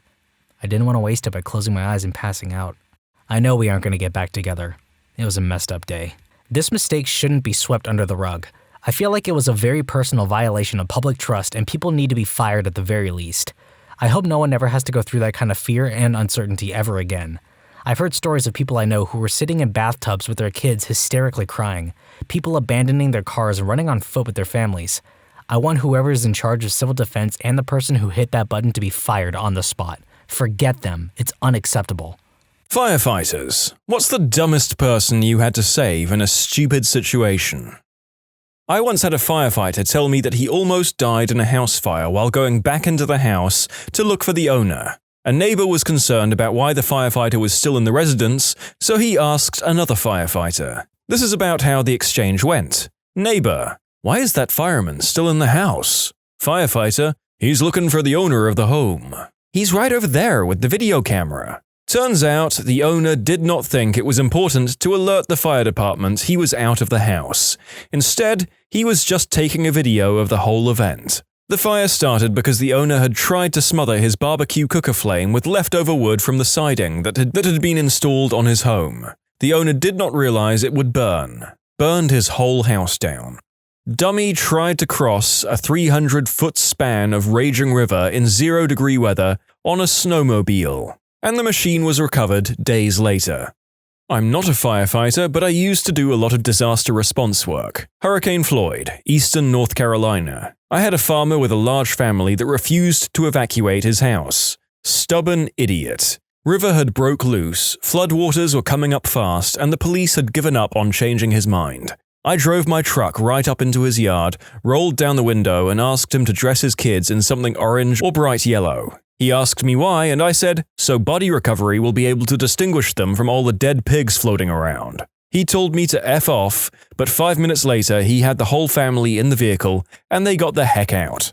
The first hurricane I worked was Fran back in '96. Fran was bad, with heavy wind damage, roads closed, trees down everywhere, cars crushed, and power lines down for weeks. Floyd taught me that flooding is a hell of a lot worse. The devastation from flooding was far worse than anything Fran did. And the pigs. God, took a week to get the smell of rotting pigs out of my clothes. I couldn't eat ham for a good 3 years after Floyd. We needed to close the main connection through a forest over the winter because the trees were falling faster on the road than we could remove them due to way too much snow falling. Also, the redirection was more than an hour longer due to the snow. Some cars thought they would come through but turned around as soon as they saw the trees on the road. One semi also thought he'd get through. He drove up to the trees and called the fire brigade and complained why we didn't remove the trees. As he was calling, a bunch of trees behind him also fell, locking him in. It stood there 1 month before the trees and the snow could get removed by us, so that at least the semi could back out. We needed another month until the road was free again. Former firefighter/EMT. Easily the dumbest person I encountered was a mother of 4 who decided it would be an awesome idea to get a Facebook/Instagram-worthy picture of her kids, all under age 10, sitting in a rowboat. Mother untied it from the dock and thought she'd just pull them back with the rope that she forgot to hold on to. They floated half a mile down the river before the 2 oldest boys managed to grab a branch hanging over the bank. It was really surreal to see 4 young kids, all in matching clothing, sitting in a boat waiting to be rescued. I have no idea what happened after, but they were physically fine. Just scared, a little tired, but the mum was in full-blown panic mode and kept getting in our way. I hope she's making better choices now. I was called to her home to get a pie out of the oven before it caught fire. The lady went to the store and was delayed for some reason. She called 911 to have the fire department take the pie out of the oven and place it on the stove. The call came in as, "Something stuck in the oven and unable to turn off stove." Still the #1 call in 32 years. Need to get a pie out of the oven? How about someone to put out the embers in your fireplace? Ring 911 for our personal home chore service today. Years ago, we had this call straight out of Caddyshack. Some guy had gotten tired of this gopher ruining his yard. Little did he know, though, he was facing the Sun Tzu of gophers. The homeowner, dwelling upon his experience from Vietnam, decided that the best way to deal with the gopher was to treat the situation like a Viet Cong tunnel. In lieu of a frag grenade, he poured a 5-gallon can of gasoline down the gopher hole, waited with a varmint gun, and lit it off. The ensuing explosion caused a small crater to form in his yard. I'm still thoroughly impressed that there was proper fuel-to-air ratio in the network of tunnels that allowed for such an explosion to happen. However, the gopher refused to surrender without a fight. The gopher ran out of the hole, engulfed in flames, causing the guy's yard to catch fire. The gopher sprinted into the guy's shed, still on fire, and burrowed into a void space in the wall, where he died. Like the AmITheA perk from Modern Warfare, his still flaming remains set the inside of the wall on fire, as well as several flammables. In the end, the guy's backyard was ruined and about a quarter of his shed burned down, taking out a bunch of power tools and a 0-turn mower. He definitely would have saved a few $1,000s if he had hired an exterminator.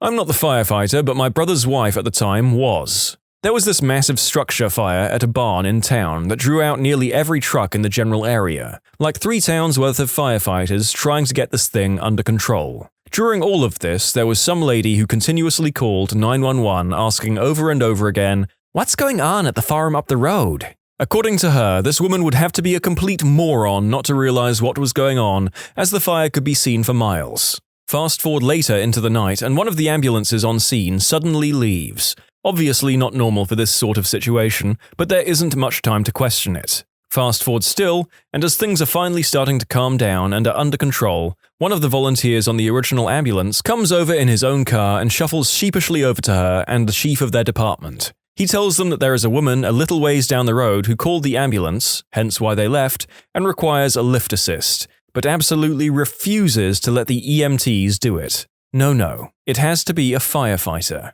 My brother's wife, seeing that the other departments have things under control, goes with the man to see what's up. Apparently it's the same woman who had called 911 over and over again, and when they arrive, she is laying on the floor absolutely wailing. EMTs say they can't find anything wrong from what they've been able to do, but with her requested firefighter, they are finally able to get this woman up. They start asking her what happened, hoping she might be more willing to share with my brother's wife there, and she says, "I was just feeling a little ignored. I figured this would get your attention." Grown woman just laid herself on the floor, called for help, insisted on the firefighter when there was no need, all because the barn fire was getting way more attention than she was, and the 911 operators wouldn't give her the gossip about what was going on. I know she got in major trouble for abusing 911, but from what I hear from the people on both fire and ambulance, she has made a habit of calling for help whenever she feels she is not getting enough attention.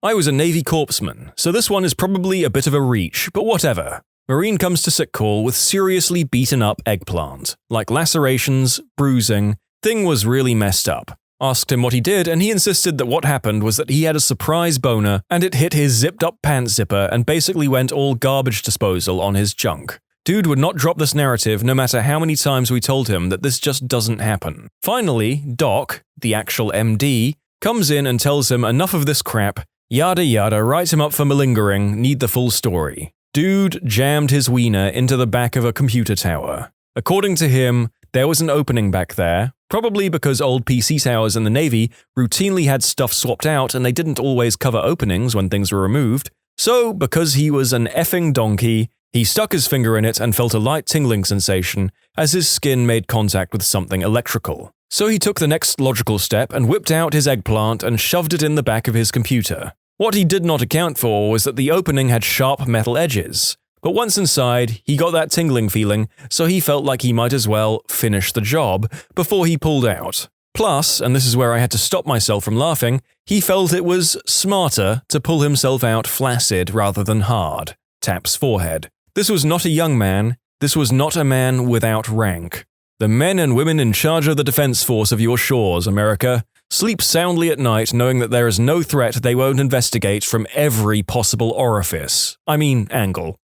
2 I can recall, 1 specific. The specific one was a young girl around teenage years who decided those toddler swings with the seat you stick your legs through like a little basket so the kids can't fall out was made for a teenage girl. She got stuck and lost blood flow to her legs. We had to cut her down and get her to the hospital to have it safely removed due to it basically becoming a tourniquet on both her legs. The other is general, but it's people who didn't wear a seatbelt and the people they killed as a result. You have less control of a vehicle when you're not being held in place, so those wrecks are more common as the first sign of trouble your butt moves in the seat and reduces your ability to control the vehicle. You also become a projectile. If you're lucky, you only kill yourself. If you're not, you wind up bouncing around and killing a passenger. Also, the leading cause of partial ejections and re-entry to vehicles since nothing was holding them to the seats.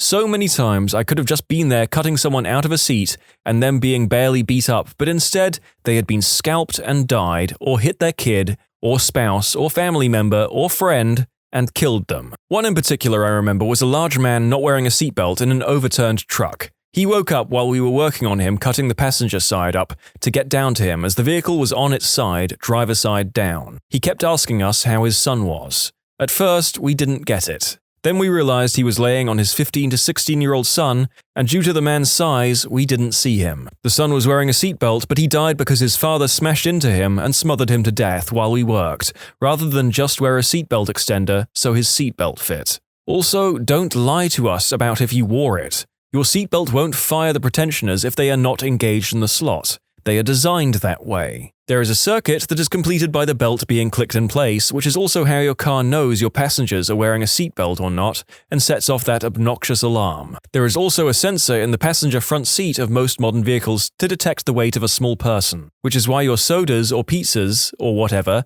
set off the alarm. Just wear the gosh darn seatbelt and don't lie. If you were wearing it, I won't be able to pull tons of slack on it when I arrive. Guess what goes in the report as the determining factor your insurance sees as to if you should have your medical covered as a result of the accident? Yep, I don't know what they do with the information, but I have to write that on the report. It wasn't really his fault, but we had an old guy in a nursing home get his balls stuck in a shower chair.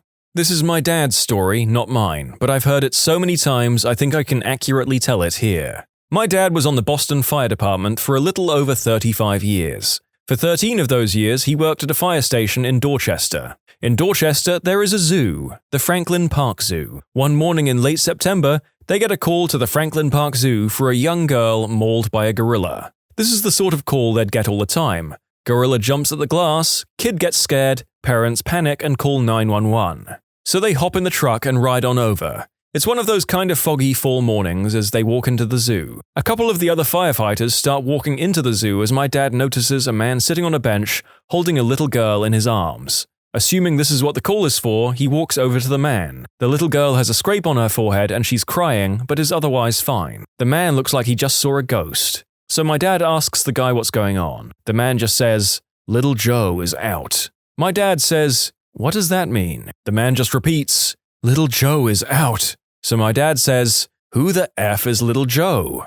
Little Joe is a 500-pound adolescent male silverback gorilla, loose in the streets of Boston. It's right about now my dad realizes that he's not exactly qualified to handle a gorilla. But he doesn't know who to call, so he calls everyone. 2 minutes later, the fire chief shows up, not knowing what the call was about yet, and jumps out of his car saying, Mark, is this about an effing gorilla?" My dad says, "Yeah, but how did you hear that?" The chief says, "He's standing at the bus stop on Seaver Street." Now the SWAT team shows up, hats on backwards, M16s in hand, and my dad, being the smart ass he is, looks at the sergeant and says, "Hey, I don't think this thing is armed." He caught a bit of flack for that later on. Animal Control and the SWAT team worked together to take down Little Joe. It took 14 tranquilizer darts before he finally went unconscious. Little Joe is still alive and well at the Franklin Park Zoo. The gorilla had clearly seen the film Madagascar and was attempting to emulate the animal's escape and waiting for the bus. I think we can all feel a little better knowing it didn't get gunned down by a SWAT team. A motorist had a bad alternator and the car died while they were driving. The electric lock controls stopped working. We were dispatched for a person trapped in a motor vehicle. On arrival, the advice was to manually lift the lock knob. You can easily tell the ones who will not survive the first 24 hours of the zombie apocalypse. Reading your story reminds me of one of mine. Called to a lockout. Get to the location and am met with, "We just need a jump start," and think, "Okay, wrong call." Get out the cables and ask them to pop the hood. "Oh, we can't. We're locked out." Driver is holding keys in hand. Passenger window is down. I start backing away, assuming some kind of theft scam. They actually thought they were locked out because the key fob wasn't unlocking the door. It turns out the fob battery had died. Showed them how to use the key after checking ID against the registration retrieved through the open window. Vehicle battery was not dead. Firefighter/paramedic in suburb of Phoenix. Had to transport a guy to the ER because he was constipated. His wife tried to dig it out with a wooden spoon. Spoon got stuck and hurt to move it. Walked in and there's a 250-pound man, butt naked, lying on his side with a huge wooden spoon stuck halfway up his butt. My dad was witness to someone being stupid and rescued by a firefighter. My dad worked for IBM's AS400, a mainframe system, tech support division for over 10 years, 1992 to 2003. A customer called in because he needed to run a report and send it out to the networked printer. For whatever reason, the report was failing to generate and the guy on the phone was freaking out because some corporate bigwig demanded that this report be printed and on his desk by 3 p.m. Just another day at work. About 10 minutes into the call, my dad starts to hear this strange, high-pitched noise in the background. Dad, if you don't mind my asking, what's that noise in the background? Caller, oh, that's the fire alarm. Fire alarm? Yeah, the building is on fire. Far be it from me to tell you what to do, but shouldn't you get out of there? Dan, you don't understand. I have to get this report printed. Now, are you going to help me or not? So they continue to troubleshoot the issue. A few minutes after that, my dad hears shouting in the background. Dad, there seems to be a lot of yelling in the background. Is everything okay? Caller, yeah, it's fine. It's just the firefighters evacuating the building. Shouldn't you have to get out of there too? Dan, I absolutely have to get this report printed. Are you going to help me? I'm not sure that I should. We pay our support contract. I have to get this printed, and you have to help me. It's almost 3 p.m. It's just a report. I don't think it's worth risking your life. The caller starts to get furious when the shouting in the background gets much louder. A firefighter has come over to the guy on the phone and starts barking orders at him to get out of the building. The caller tells the firefighter, "Look, I have to print this report before 3 p.m. and I can't leave until it's printed." Over the phone, my dad hears the firefighter scream, "I don't give a damn about your goddamn report. The building is on fire. Now move!" There is a scuffling noise and the phone handset on the other end drops to the ground as the firefighter physically drags the caller away. After that, all Dad could hear was the sound of the fire alarm and various crackling noises. Needless to say, the report did not get printed by 3 p.m.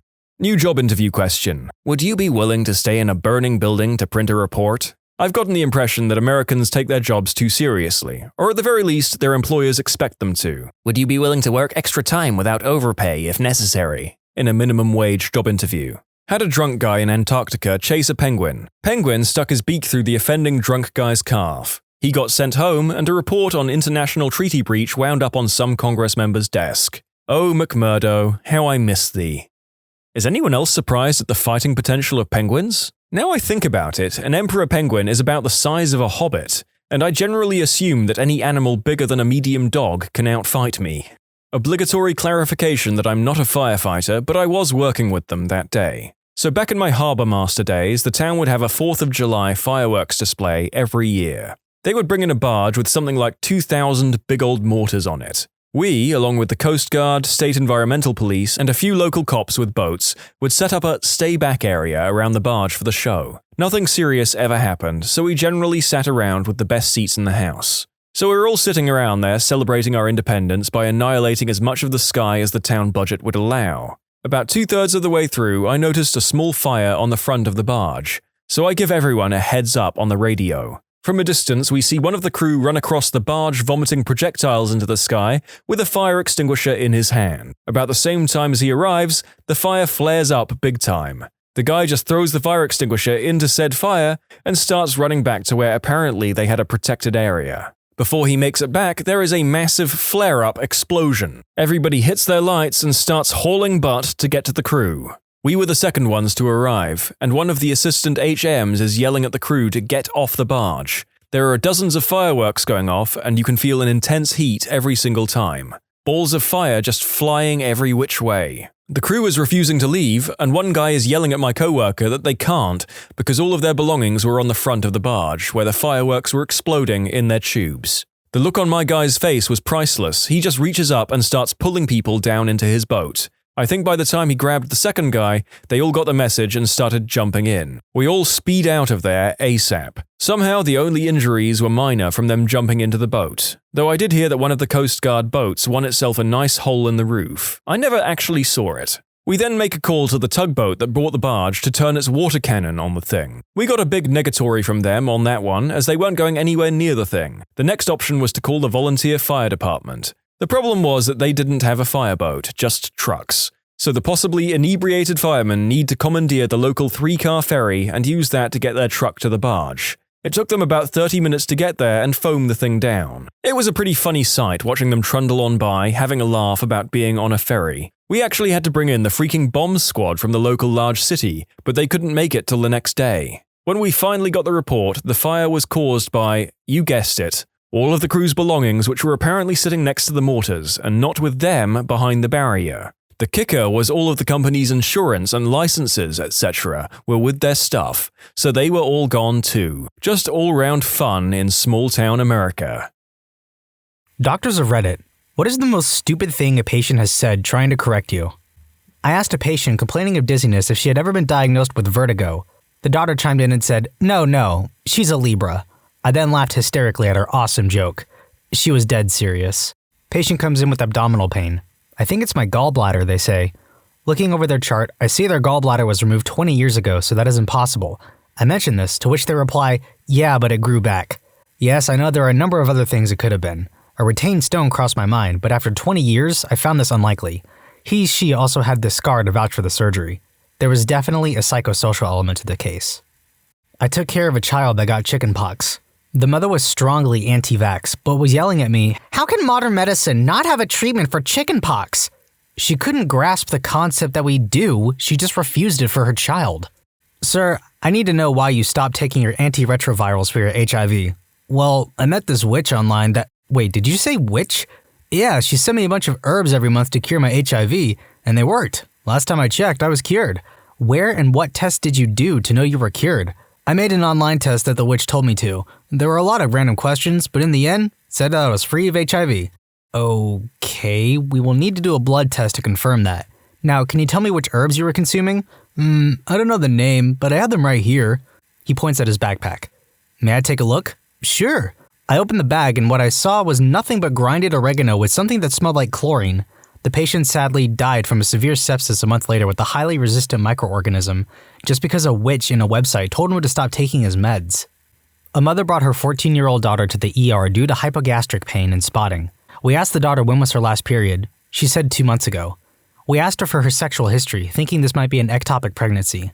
The mother kept butting in, saying that she is still a virgin and she has no boyfriend. We left it at that until her mother went out to go to the bathroom. The patient admitted that she had sexual intercourse with a classmate of hers. We requested for pregnancy test and HCG titers. It really looks like ectopic pregnancy. We advised the mother that her daughter needs immediate surgical intervention. She refused to believe us, saying that the lab results are unreliable and untrue. She keeps on saying that her daughter is a virgin.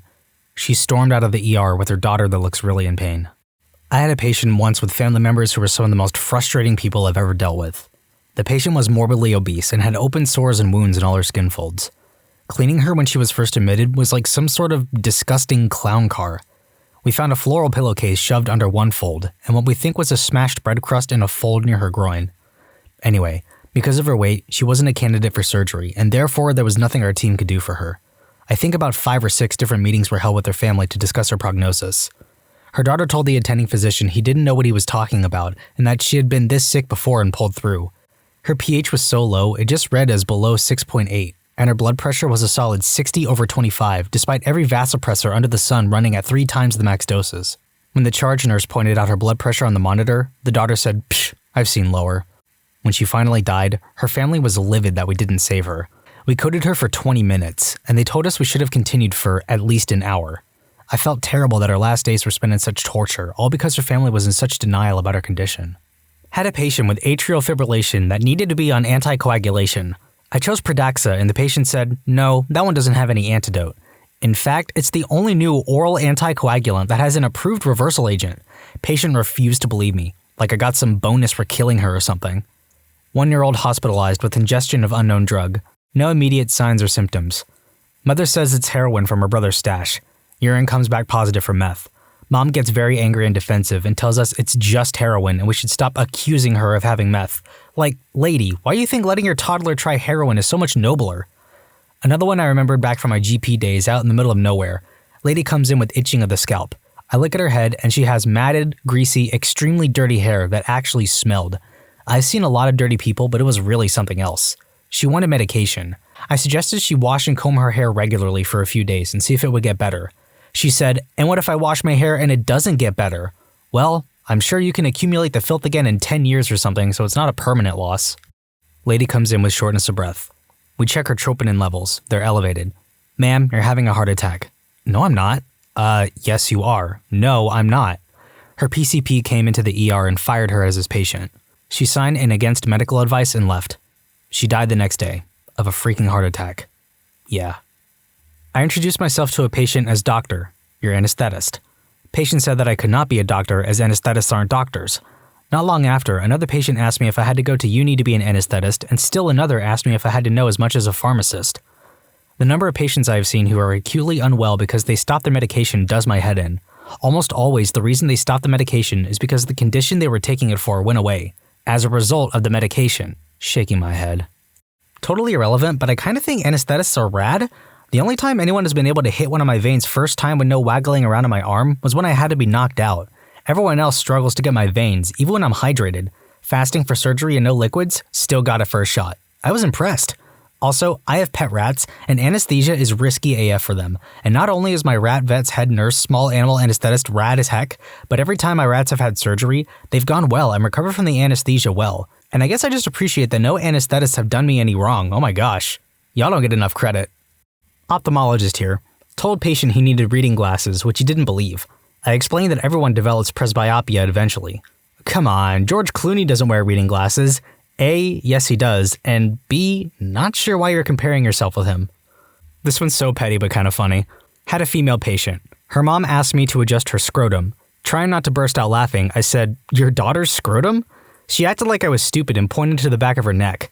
I knew she wouldn't listen, as she was so convinced till I stopped arguing with her. And I also wanted her to go around saying it to other people. Med student, but a patient was telling me about how a doctor suggested she may have shingles of the eye, trying to get me to laugh at the other doctor because apparently shingles of the eye is a ridiculous concept. You can totally get shingles in your eye though. The time I was telling the family that the patient is going to die and her lab results, pH 6.6, lactic acid 25, are not compatible with life, and they said that they were pretty sure she would wake up if I put ice in her underpants. Well, yeah, we are not going to do that. She died and they still didn't believe me she was dead. They kept trying to wake her up. "I didn't have a heart attack. I had a myocardial infarction." That's what a heart attack is, chief. 20-year-old girl and her fiancé find out that she's pregnant. Me, partway through taking her history. "Do you smoke cigarettes?" "Yeah, about a pack a day." "You should definitely stop that." "Well, my sister told me that if I stopped smoking, the baby would go into withdrawal and die." "What?" PSA, don't smoke if you're pregnant or planning on becoming pregnant. It's never too late to quit. Had a patient come into the ED for what was essentially a cold. Kept requesting antibiotics. Kept explaining that they wouldn't help her viral symptoms. But I did then sit down and give her a basic tutorial on the differences between bacteria and viruses and antibiotics and antivirals. Hopefully it was enough to help her in medical school finals the next week. The worst part is, I can't tell if this post is joking or not. I'm a doctor, but this was my nana, not a patient. She was drinking 11 cups of coffee a day, which is too much. We held an intervention while visiting for dinner, and when we told her she was addicted, she responded, No, the coffee is good for me. It helps me with my shaking." She cut down once we explained to her what drug withdrawal was.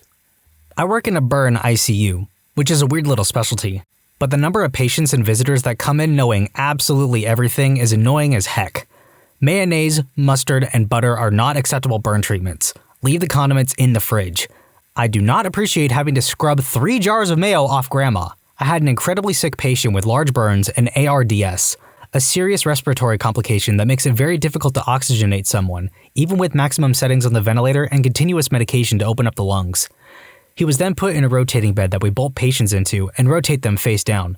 He was also on continuous dialysis from sudden kidney failure. Anyway, so patient, incredibly sick, had 10 to 12 IV bags going at once. Just a general mess of a person. Here comes the family member with medical experience. These are the worst. They always end up being a transcriptionist or a nursing assistant at a nursing home or something, but they enjoy coming in and trying to run the show. Some highlights from said medical expert before I kicked her out of the unit. "Why aren't you paying attention to his brain waves?" Yes, she yelled everything. She was pointing to the display on the ventilator, which has everything to do with breathing and nothing to do with the brain. "Why isn't he on propropanol? It's negligent to not have him on propropanol." She meant propofol. Think Michael Jackson. But he was on ketamine and Versed because those worked like a charm for him, and propofol was having some unwarranted effects on him earlier. "The dressings are dirty. You need to change them immediately." Okay, go away right now. 1, it takes at least an hour or so to change a full body dressing while they're on the rotating bed, and the patient was so sick that if we rotated him face down to face up to get the dressings on his front, the fluid shifting in his lungs would have likely killed him. Also, burn dressings get gross quickly. I was super irritated by the time I kicked her out. Never kicked anyone else out since, but geez, she was annoying. When I was a medical student, this middle-aged male patient from a rural area got it in his head that I knew absolutely nothing, and he was doing me a service teaching and talking to me. He was in colorectal clinic for something unrelated and started telling me about the gland on the back of his neck that would drain every so often. When he saw that I was unfamiliar with this particular gland, he gave me this knowing look, laughed, and started instructing me, the dumb little medical student, about this gland. Apparently everybody has this gland for the immune system, but that his would drain when he was stressed. "No, sir, I was being polite, but you have a nasty abscess on the back of your neck." I was hoping that the patient would try to explain this medical wonder to my attending when he came in, but alas, he didn't. Med student here, but I have had 2 winners. When discussing a precancerous skin lesion on a patient, they opted to use their laser ray instead of classic treatment. It was a cancer laser ray that was bought online. It also apparently had frequencies for arthritis. They insisted that the vibratory frequency can be tuned to destroy cancer cells, just like a trained singer may be able to use her voice to break a crystal glass. The patient did not believe that cancer cells and regular cells would have the same frequency. Another patient insisted that his cancer had been properly treated at home with baking soda. He gave me a website like pH Kills Cancer or something. The patient also had with them a surgery report in which it appears their baking soda consumption resulted in buildup of abnormal calcium in the wall of the stomach, which had to be removed. Veterinarian here. The anti-vax movement has been slowly seeping into my profession for years, but in my area it's gotten much worse recently. Almost every day now I have a client inform me on how toxic vaccines are and that I should talk to their dog's breeder because he or she is very informed. Most of the time I'm able to convince them that this is incorrect. However, some are still quite resistant. Vaccinating for rabies is not just a suggestion, it is the law, and my clinic has a policy that we don't let any of our healthy animals be vaccine-free. I've had a few clients walk out over this policy. I feel bad for their animals. These are the same kinds of clients that won't use flea and tick prevention on their obviously flea-infested dog, but will use lemongrass and peppermint instead. Spoiler, it doesn't work. Mom of baby. I don't vaccinate, it's against my religion. Oh really? Just out of curiosity, what religion is that? I'm Catholic. Not really a correction per se, but it made me laugh a lot. I've had a few patients express dissatisfaction that their Botox only lasted 3 months, and they suspected that I was diluting the Botox. Both statements are absolutely true and consistent. Why are you looking at my hip? I said the pain was in my knee. The hip bone's connected to the leg bone's connected to the foot bone. Woman with this weird abdominal cramping, twitching presentation. I won't say stupid because she probably had some kind of undiagnosed dementia, but definitely the most bizarre. Ask her what she's feeling, why she's twitching her abdomen. It's like it's trying to get out. Like what's trying to get out, ma'am? My sperm. Ma'am, you don't have sperm. Oh. For those of you curious, by the time I saw her, last official diagnosis was pseudo-seizures. She had a tendency to start twitching parts of her body whenever we would start asking whether she had twitching in those areas. Ma'am, have you had any twitching in your legs? She looks at leg.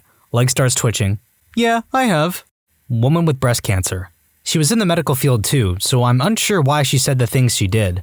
Perhaps she was still in denial? I don't know. Anyhow, so I was the intern when she came in for a chest tube insertion to drain her pleural effusion. It was obviously suspected to be malignant. After the procedure, I went home and the resident on call had to deal with multiple calls from the distraught staff in her ward, for reasons I shall explain below. The next morning, I was told by said resident, sporting a haggard appearance and bloodshot eyes from a busy shift, that she was my problem now. With that, the poor man left for home. I go in to see her and first get accosted by ward staff, who tell me she legit refused all pain meds, right after procedure, which entailed a tube scratching against her parietal pleura. Ow. So I go in and am told by this woman who, let me remind you, was employed in the healthcare sector, that the tube had been pushed in far too much and is stabbing her, and that I need to undo the stitch and pull it out a few centimeters. No lady, I'm not authorized to do that. The x-ray was fine, no intervention was necessary. I tell her she needs to take her meds if she wants the pain to get better, and she says, no joke, that pain meds will further spread the cancer and that I should know that being a student of medicine. And she further said, look, no need to tell anybody, you're a doctor, use your own judgment and pull the tube out. She was adamant. My professor was going to be late that day, and I obviously wasn't going to do anything without his permission. I documented her refusal and went on my way. She left by the afternoon against medical advice. I feel bad for her, but she wasn't letting me help, so yeah. Doctor here. One we commonly get is, I know my body. Scoped a guy with knee pain. The joint looked perfect. Told him after the surgery, and he told us, no, my tendons are all torn. I know my body. Told a lady she was pregnant. No, I'm not. I just had a big lunch. I know my body. Absolutely, when something doesn't feel right and your doctor doesn't want to listen, seek a second opinion. You know how your body normally feels. But if someone has performed an invasive surgery to look at your joint or has seen a fetus on ultrasound, they probably know what they're talking about. Probably the legions of women that seemingly don't know how long it can take for an IUD to work and want it taken out because it didn't instantly stop their periods within a month. Also the women that came in with chlamydia but deny having had intimacy. Like, come on, I'm not your boyfriend. You don't need to lie to me. Implying that she would if you were her boyfriend?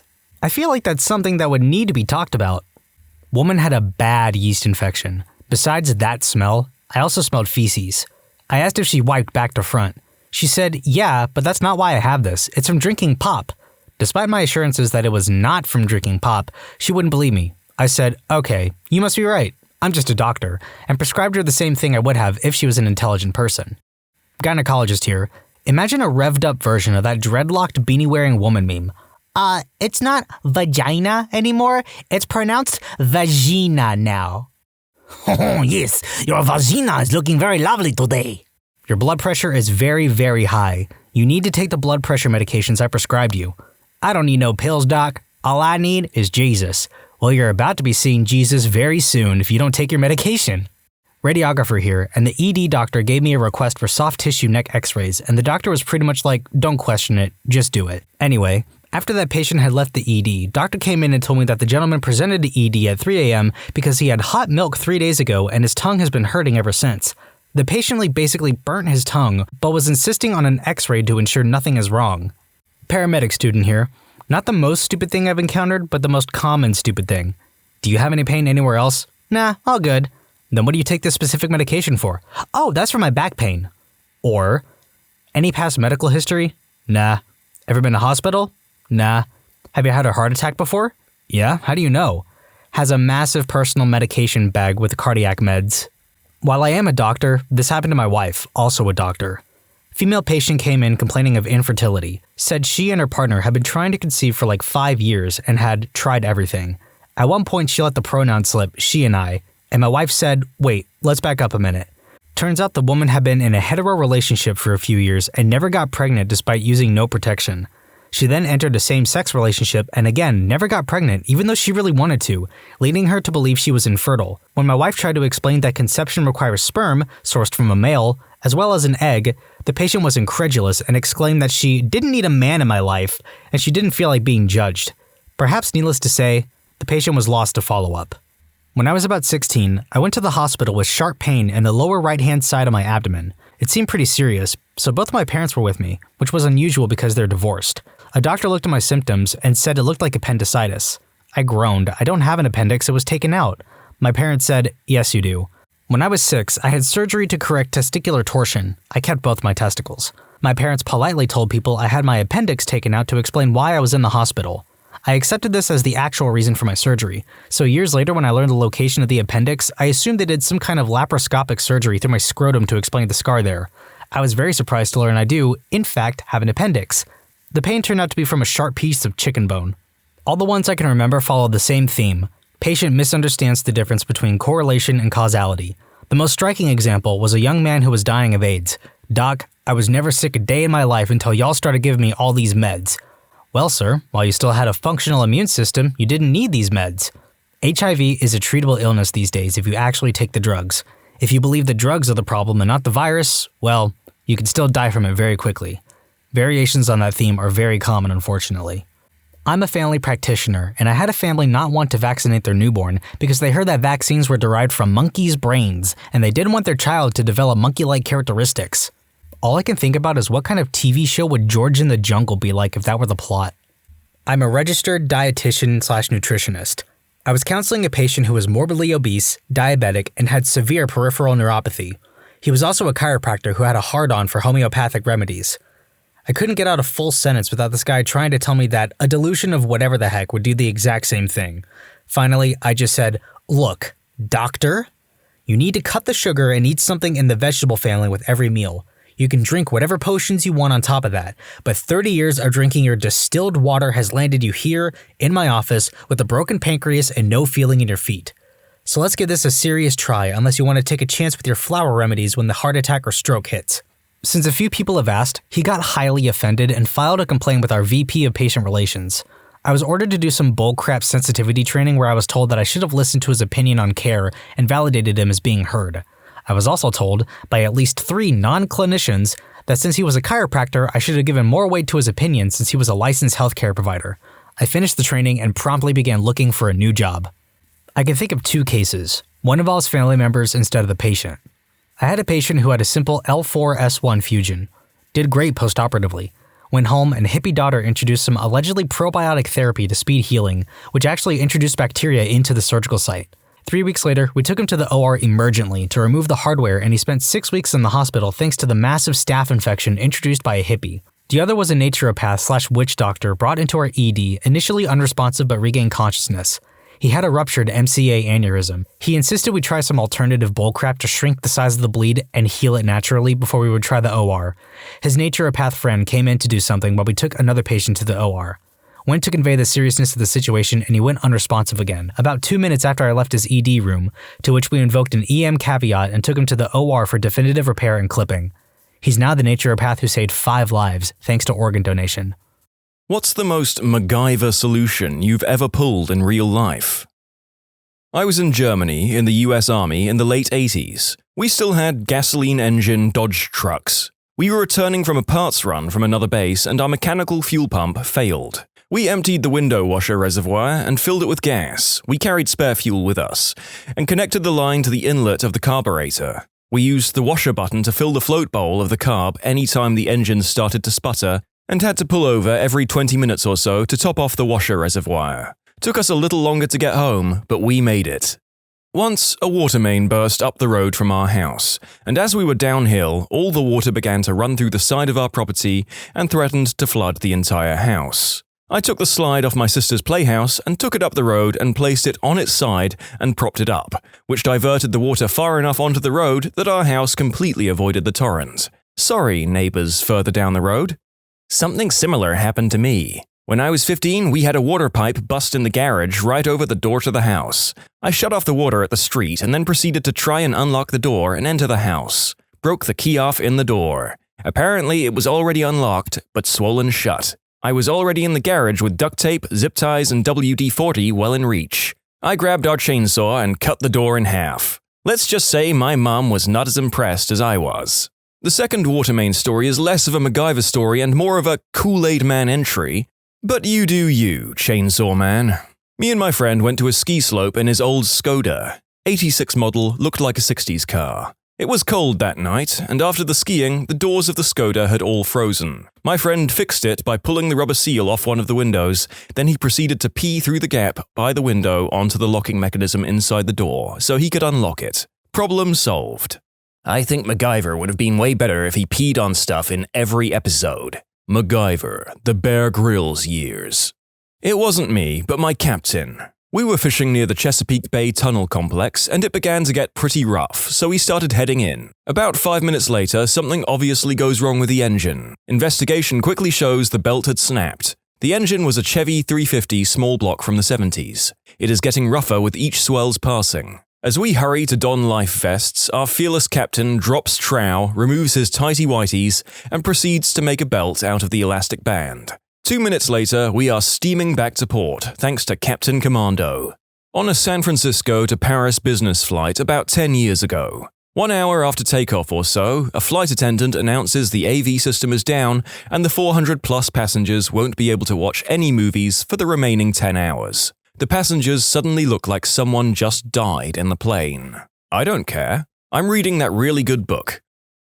After a couple of hours, I am getting tired of the book though, and well, since I am a video engineer, propose my services to the head steward to take a look at that video system of yours. The thing won't power up. Okay, it's rack-mounted. 4 screws off with a plastic knife, reseat it inside its rack, which is a little bent by using some folded cardboard, no power cord, it's power on contact, shake it a tad, screw it back in, push power button, ta-da! The thing is back to life. The steward announces to the whole plane the great news. I am a hero and get free champagne for the rest of the flight. I walk back under heavy applause to my seat, saluting my 3 clients seated a few rows behind me. I am the mother-flipping hero of Flight AF 480. The end.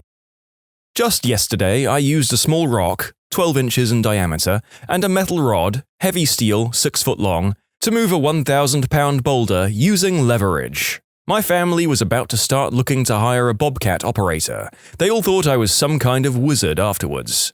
Give me a lever long enough and a fulcrum on which to place it, and I shall move the world. Archimedes.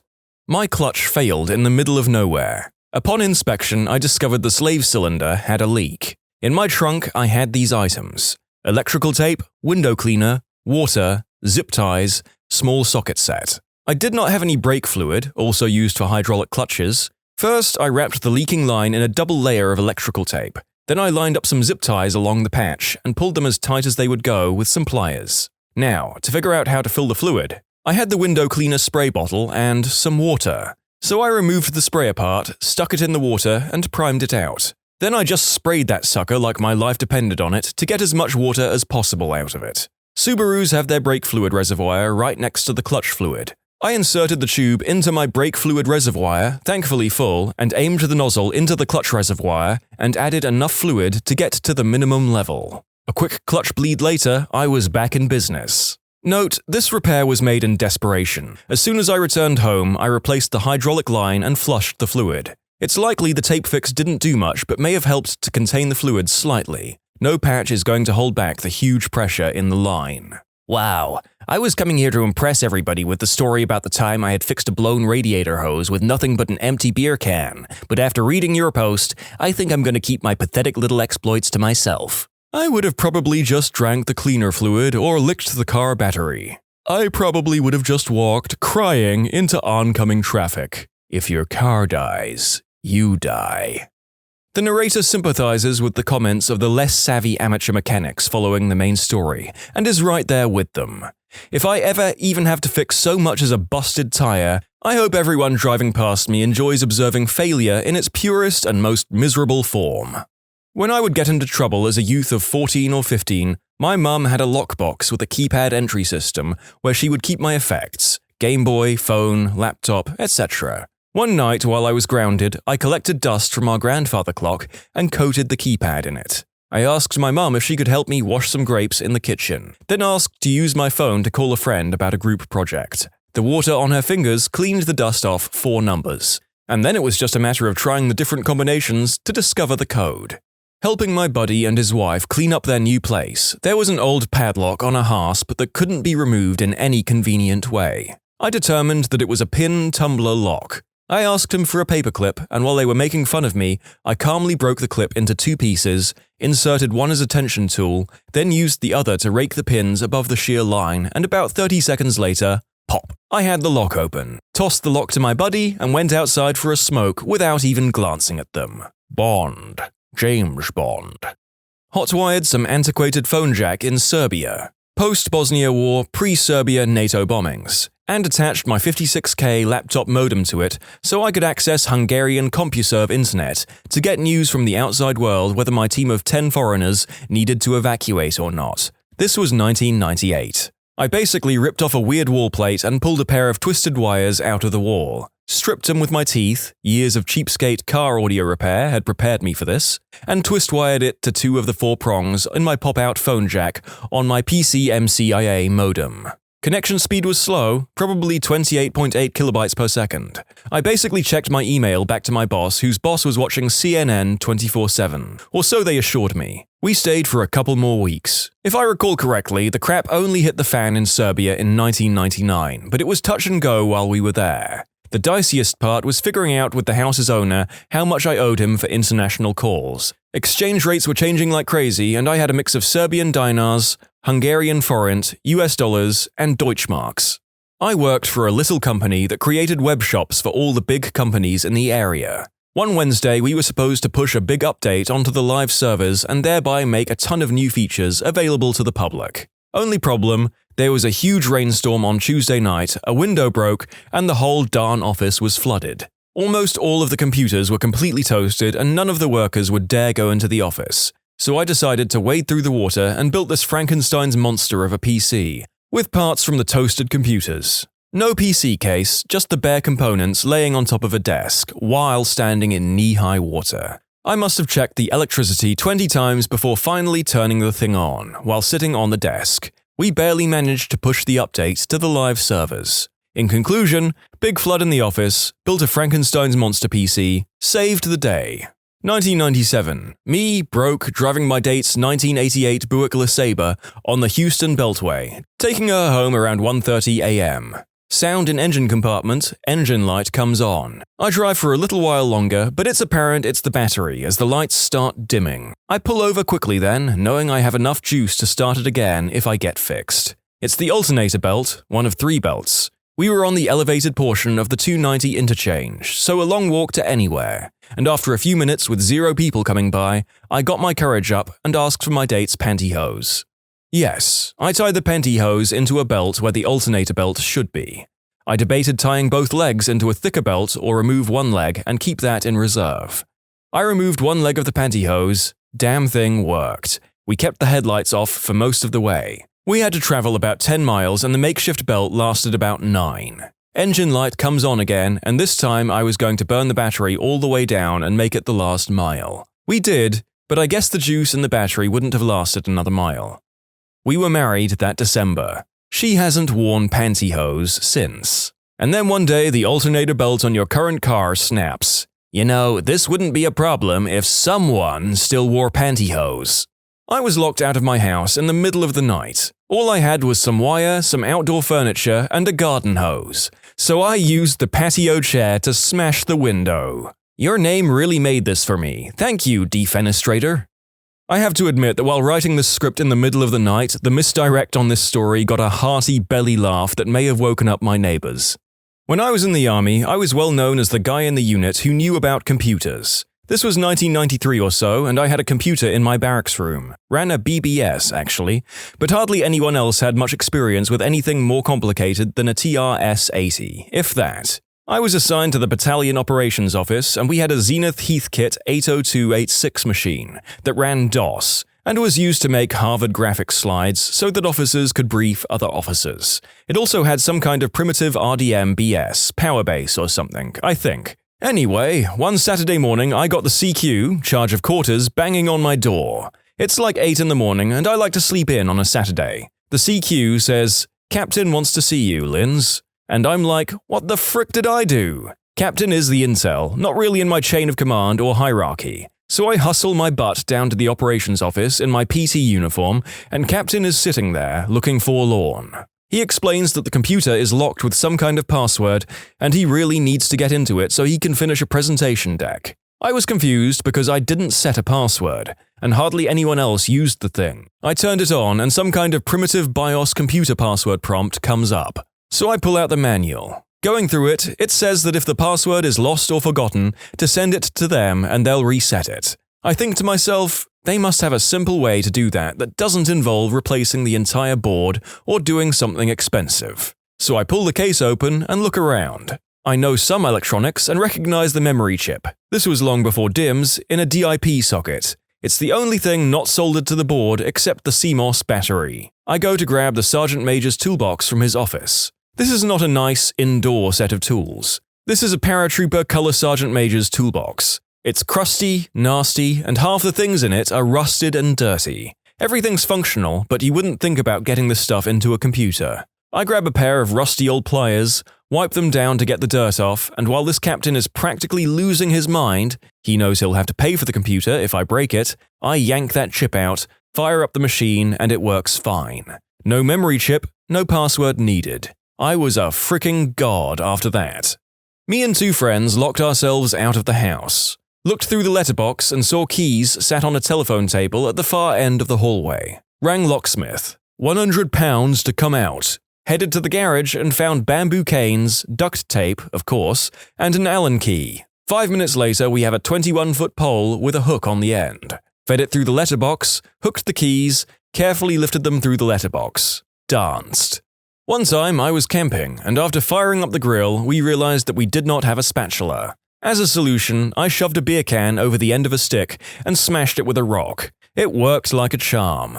Repaired a laser missile tracking system in Balochistan on a hot 130-degree Fahrenheit day with a Swiss Army knife, leather belt, wire coat hanger, and a pocket handkerchief. Damn circuit had shifted. Opened it up with the Swiss Army knife, used wire to jumper the melted connector, leather to insulate, handkerchief to tie it all up. Passed the launch test. Went back and fixed it with actual tools and spares the next day, but I felt like Angus all day.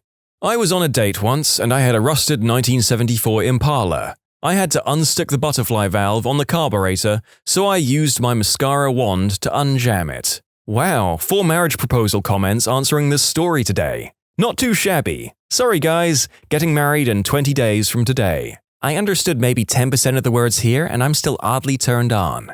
I'm a straight woman and I swooned. I'm a lesbian and I doubly swooned. First at the 1974 Impala, then at her. Female watchers, we appear to have stumbled upon a surefire way to make everyone fall in love with you. Now go brush up on those mechanics. When I was 14, I went to visit my grandparents for a week, as I did every year. Being old, they didn't do all that much. Most evenings revolved around NYPD or Law & Order and eating pound cake with cherry ice cream. I don't like cherry ice cream. Anyway, they had one of those old-school cable boxes with the buttons and the knob and 3 rows of channels. Also, being old, my grandparents went to sleep by 11, leaving my pubescent and hormonal self to explore the house for, as I've always called it, jerk material. Fap material in the parlance of the times today. There was a Sears catalog that likely had my fingerprint on every page, along with other bodily markers and fluids. My imagination, I use that a lot, kids today don't realize, but we used to go around taking mental snapshots of every single female chest and piece of exposed flesh we could to store it up and use it later during our alone time.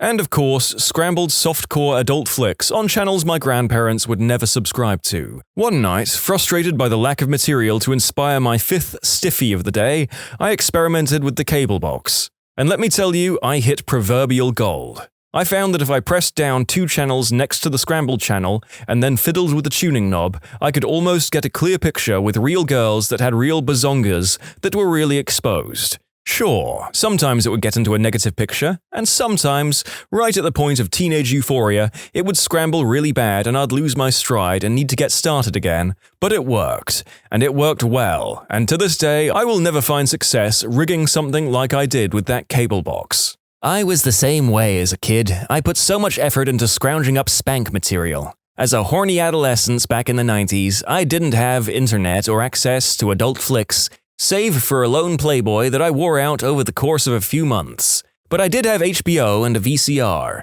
I would figure out which movies had scenes of nudity and when they took place. Then I'd look to see if the movie was playing late at night, when everyone was asleep. I would set my alarm for when the movie played, sneak up to the living room and pop in a VHS tape and record whatever adult fun time scene I could find. I made sure to put it all the way toward the end of the tape so no one discovered the little compilations I was making. Never underestimate the resourcefulness of a horny 14-year-old boy. Without a doubt, we could probably get a group of 14-year-old boys together, say a dozen or so, deprive them of their own alone fun time for 2 weeks, and then tell them they can go to jerk to their heart's content after they build a bridge or cure cancer or something. Stuff would get done. Was backpacking and slipped down a cliff. I ripped my chest open pretty good and was about 2 days from medical. I had a basic sewing kit in my backpack and stitched myself up. The stitching held until I got back to civilization a couple of days later, and the doctors commented on how good my stitches were. Still have a big scar, but it is an awesome story. I actually held part of a submarine together with duct tape for an entire deployment. Seriously, not kidding. It wasn't the actual shaft itself, but there was a piece of it that broke and we didn't have the parts to repair it. Without those parts, the shaft itself would not be able to rotate without becoming irreparably damaged. So we used duct tape to rig it so the shaft could rotate freely, and then instituted a series of checks to make sure the rig, which was meant to prevent seawater leaking in, wouldn't leak too much. It did leak a lot, but we could just pump the bilge water overboard without a problem. Yes, I am American, and no, I will not say which submarine.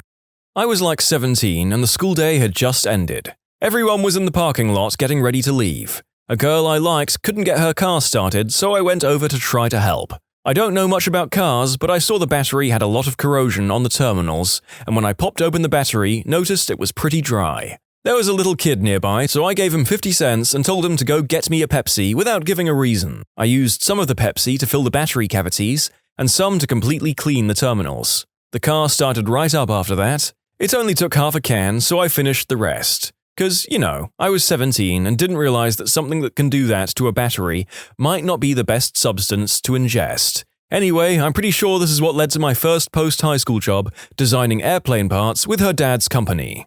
I had a huge rock that was in my driveway, and it seemed like every year it would get pushed up a little bit more, to the point it was becoming a huge hazard. We had gotten estimates to jackhammer the thing, making the driveway passable, but they wanted between $800 to $1,000. I had remembered reading something about Hannibal's expeditions, where they would put hot coals on a large rock and then douse it with freezing water, and then smash it with a blunt object, fracturing those boulders and allowing Hannibal to continue his trek, and decided to try it. I took a bunch of charcoal and basically baked this huge rock for about 30 minutes, and then immediately threw a ton of ice water onto it, resulting in a loud pop. Then I hit the rock with a sledgehammer, and the rock exploded into a million pieces. I definitely got a kick out of putting some ancient science into application.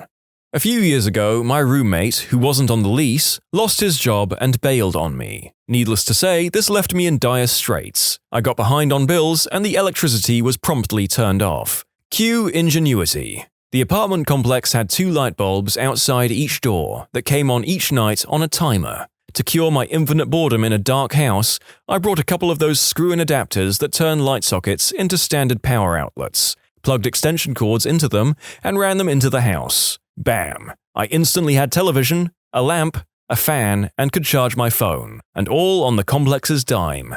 Not my proudest moment, but it felt pretty crafty. I lived in a 3rd-floor apartment with a key-coded foyer door and a keyed apartment door. That day was spent at an outdoor festival, and by the time I came home, the combination of sun, dehydration, and exhaustion, plus the little bit of beer I had before sobering up and venturing home, had me struggling to stay upright and not vomit. Unfortunately, right around that point was when I realized my apartment key was no longer on my keyring. Cell phones are notoriously unreliable at this festival, and even if I could have gotten in touch with my friends, I'd lost it in a relatively wide patch of grass. There was no way that key was coming home. Convinced I was about to spend the night in my laundry room, I found a piece of rusty wire in the parking lot and picked up my apartment's lock. It took about 15 minutes. More distressing than the ease of entry was the fact that no one asked why the disheveled, wobbling girl was in the hallway picking a lock. Were you ever that one in a million? If so, what's your story? I am a 19-year-old male. In August of last year, I was driving with my sister when suddenly her face turned cold. "Gavin, your eyes are yellow," I remember her saying. I quickly pulled down the passenger's mirror, and to my horror, 2 yellow eyes radiated back at me. Fast forward, I spent a month being sick. The initial diagnosis was hepatitis A. Went back to the doctor, nothing was better. Things were worse, in fact. Was sent to the ER, then to the liver transplant unit at UCSF. By this point, my eyes had turned muddy orange, and my pee was the color of a mahogany tree.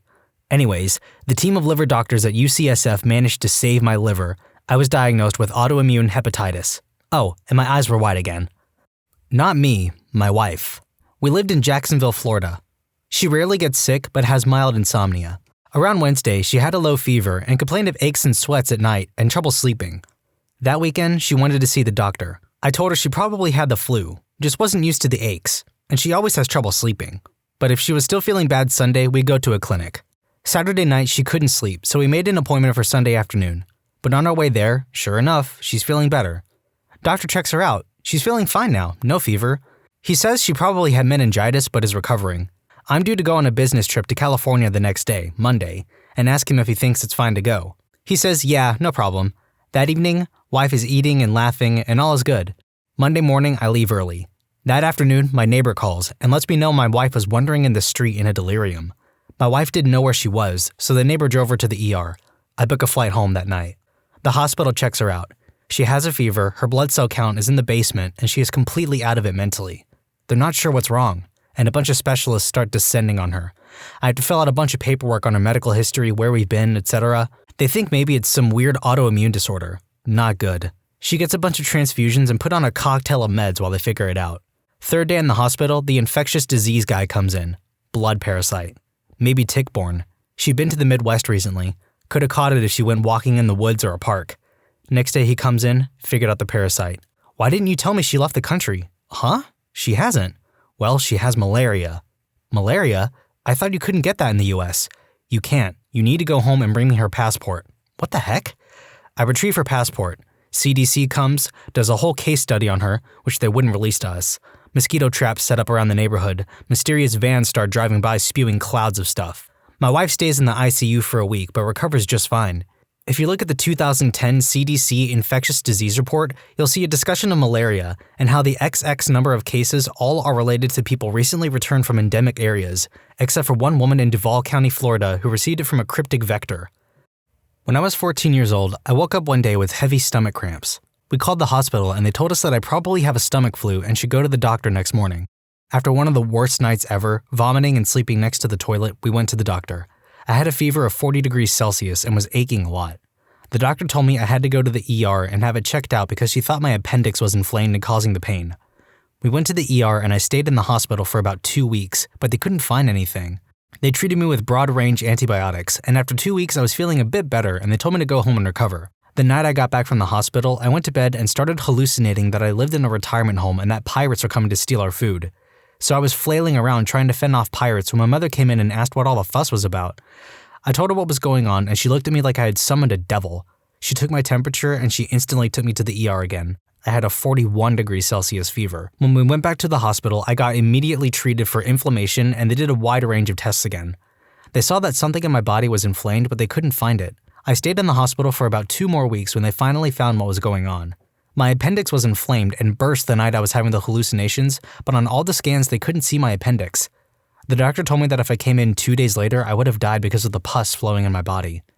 Apparently, there is a 1% chance of all the appendix cases that the appendix is so stretched out that they couldn't see it on the scans or that the area was so inflamed they didn't see it. So after staying on antibiotics for about 2 more weeks, they finally removed my appendix and all the pain was gone. I stayed in the hospital for over 4 weeks just because of my appendix and my bad luck on being that 1%. For my 7th birthday, we went to Disneyland. They just happened to be having a car a day giveaway when we were there.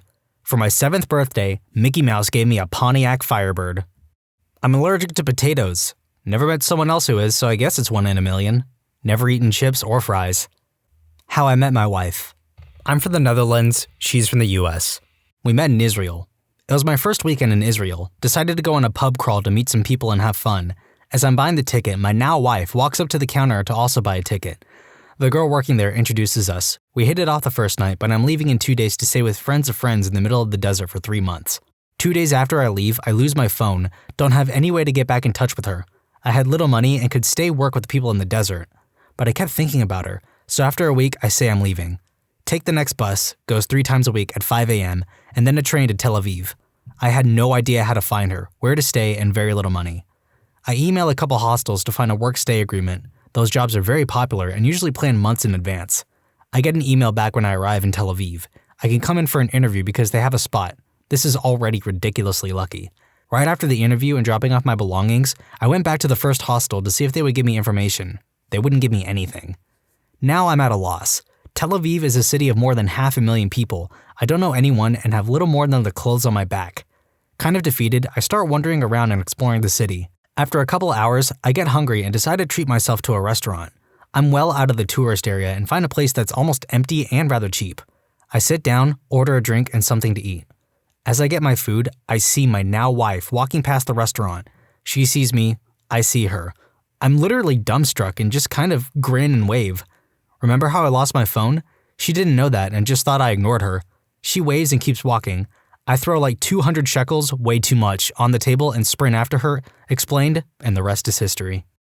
When I was a kid, I was chilling in the water of the Mediterranean Sea in Turkey. Suddenly, I felt an awful burning sensation on my stomach and my legs. I looked like I had been brutally sandpapered and I got a 40°C fever. Turns out I made contact with the jellyfish and later found out that it hadn't happened on that beach for 10 years or so. I was just extremely unlucky. Not sure about the odds on this one, but I survived a non-survivable plane crash. I was on an old PO2, famous for being very safe and uncrashable, on a tour of the desert in western China when I was like 7. My father's friend who hosted me and piloted the plane didn't survive, but somehow I got out with a concussion and apparently passed out for almost a day in the middle of the desert, in the wreckage of the crash, 50 kilometers from the town airport on the edge of the desert. The people who found me were some tree planters. A lot of people who live in these desert towns in China do this. Found me on their way, picking up a shipment, and the only reason they looked was because they were making a bet on how fast the egg would cook in the sand and went off to the road to test. First things first, according to legends, 15 minutes. I never tasted it though. So according to my dad, the theory that I might have lived was because the plane was mostly made out of fabrics and wood. So when the plane crashed, the front half collapsed and took the majority of the impact. Though I got knocked out, I was probably covered under the wreckage and in the shades. It cooled me off enough to survive for a day or so. I was in 2 separate car crashes in 2 separate cars in less than 45 minutes apart. I wasn't the driver for either crash. First car was hit from the side, friend came and picked us up, car lost traction, and we slid off the road and hit a pole. Neither was that bad, just poor timing. I slept wrong one night and pinched a nerve in my neck so severely I lost the right side of my body. It just went silent like it wasn't there for months. I woke up in the worst pain I've ever experienced and couldn't talk, move, or do anything. The ER doctor thought I was having a stroke. My doctor had never seen a case as severe as mine, and it was purely a freak accident. Recovery took months, but I have use of my leg and hand again, with some numbness. Other than pain and spasms, I'm mostly back to normal. A bird got into my room through a tiny hole in the ceiling and took a dump on me. Had 2 11-centimeter benign tumors growing in my spine, resulting in gradual paralysis from my chest down. They had no idea how the tumors formed. Surgery took 11 hours when they thought it would take 4 because the tumors were so complexly woven throughout my spine. I now have pretty much half a spine and chronic pain, but I'd take that over losing my life from paralysis and being unable to breathe. The first one, I don't know about the exact odds, but I was born on 7/7/77 and weighed 7 pounds and 7 ounces. Sadly though, I clocked in at 6:50 a.m. The other is that around the age of 14, I started to notice the outsides of both of my feet starting to get much wider. After a couple years of buying expensive custom-made shoes, they decided to perform surgery on my feet. Turned out I had extra muscle growth along with something else I don't recall at the moment. My podiatrist told me he submitted a scholarly article on it. May also have been genetic, as when my dad was 3, he developed an extra toe growing out of each one of his big toes. I actually know the name for this offhand, and it's called polydactyly. I've got the middle toes on both feet webbed. So did Stalin. Quack. When I was a teenager, I had just started working at the local Sears Auto Center Express lube shop, and on day 1 did a quick orientation and my first oil change. The manager walked away when he felt I was good to go, and the oil change went well. Fast forward a few days later, my manager had asked me to come into his office, and he explained that the oil filter I had used had one huge flaw. I didn't know what that was, and it turned out the filter was pressed on backwards into the filter can and it wouldn't allow oil to flow in, and it damaged the motor. They had to purchase a new motor for the person, and I still kept my job. He said it was a 1 in a million chance that it would have happened, and it did on my first oil change. I had the rarest type of synesthesia, lexical gustatory. It means I taste words. I was struck by lightning while talking on a landline. This was in the early 90s. Lightning struck through the telephone line and traveled through the handset to my ear. My parents drove me to the ER. I couldn't talk very well. My brain knew what I wanted to say, but my mouth didn't want to say it. I had a terrible stutter. My doctor told me that I had had a dose of good old-fashioned electroshock therapy. My speech was normal the next day, but I get a terrible headache whenever a thunderstorm comes through. I have an unknown type of autosomal dominant centronuclear myopathy. My type of it is so rare that they haven't even seen it before. Getting diagnosed was a multi-year struggle. They pretty much had to rule out everything else. It doesn't feel great to be in this club by myself. Countless blood draws, MRIs, CAT scans, and a biopsy and a genetic test. So far, it looks like my father and I are the only ones with it. Yay. As the researchers pointed out, this isn't really rare, just a type that hasn't really been seen in the population yet, meaning there is certainly more people out there, just not tested or diagnosed yet. In the future, I'll probably be 1 in 50,000 to 1 in 100,000. Sorry to make everyone think I was 1 in a million. I'm allergic to the cold. Like, literally. I get intense hives, swelling, I pass out, and throw up. Doesn't even have to be freezing. Below 45 degrees without a jacket, and I can't do it. I have to carry an EpiPen with me in the event that I drink something too cold or have a severe reaction. Bought $3 worth of pong balls at one of those games at the state fair. I think it was 10 balls, and the grand prize is in the middle, and you have to land it in a small glass container. I was having fun and just decided to throw it by flicking my wrist in a weird way. It bounced around for a while, and landed right in the red glass container, which was the grand prize. Even the worker was surprised that I got it. Had to walk around the state fair with a giant Charmander plush toy after that. Not quite 1 in a million, but close enough. As a child, I had an extremely rare autoimmune disease. On top of having an extremely rare illness, I developed the rarer and most dangerous of the symptoms. My kidneys started shutting down. Most kids recover from this disease, but not always the ones with kidney issues. I was extremely lucky. I did not have to go on dialysis, and my kidneys eventually reached normal functioning levels. It took a decade to be completely cleared of the disease. My mother likes to call me a miracle child, not only because of this, but because she was not supposed to be able to have a kid due to health issues, and had several miscarriages before my stubborn butt decided to be born. Weird stuff. I have symmetric bilateral coloboma of the iris and retina. Essentially, my pupils are shaped like keyholes instead of circles. A single coloboma is pretty rare, double coloboma is even more rare, and double symmetrical, well, you get it. I have a very rare skin disease that only 1 in a million people get. I've been told that I'll probably never meet another person in my lifetime with it. Hailey-Hailey disease for those interested. For those asking, I was diagnosed by a team of dermatologists. They had to take a biopsy of one of my many outbreaks. A picture of that particularly horrible rash is currently in a medical journal, or so I've been told. Yes, it is a very painful disease. Yes, I get steroid injections for it. I also get Botox injections to control sweating and prevent some of my outbreaks. No, I don't know if you have this disease. You have to get a biopsy. Yes, it's inherited. My mother was a carrier, and I've been told my grandmother had the disease for more than half her life. Hailey-Hailey disease is a rare genetic disorder that is characterized by blisters and erosions, most often affecting the neck, armpits, skin folds, and genitals. The lesions may come and go, and usually heal without scarring. Sunlight, heat, sweating, and friction can often aggravate the disorder. The symptoms of Hailey-Hailey disease occur because of the failure of skin cells to stick together, resulting in the breakdown of affected skin layers. Hailey-Hailey disease occurs due to a mutation in a specific gene that creates a protein that is essential for the proper health of skin. The disorder becomes apparent after puberty, usually by the 3rd or 4th decade, but symptoms can develop at any age. I was born 1 pound and 6 ounces in 1998. Doctors said I had like a 15% chance of surviving or something like that. They also said that if I did survive, I would have been a vegetable. So months pass. Funny thing was, I came out of the hospital on the day I was due, came out in February, left the hospital in June. Well, I am still forming as a baby, and it's 20 years later and I'm alive and healthy. I can walk, talk, and all the normal things. Only thing really wrong with me is my right eye is hanging on a thread because of reasons, and I'm socially autistic. I guess that's 1 in a million. I was so freakishly allergic to ant and bee venom as a child that a single sting from a single little common black ant put me into anaphylactic shock. When my allergist was preparing to start immunotherapy for me, he found that the in-office lab equipment wasn't sensitive enough to measure the infinitesimally small amount of allergen with which to start my titration, so he had to send a sample of my blood to Johns Hopkins so that their lab could determine how much to give me.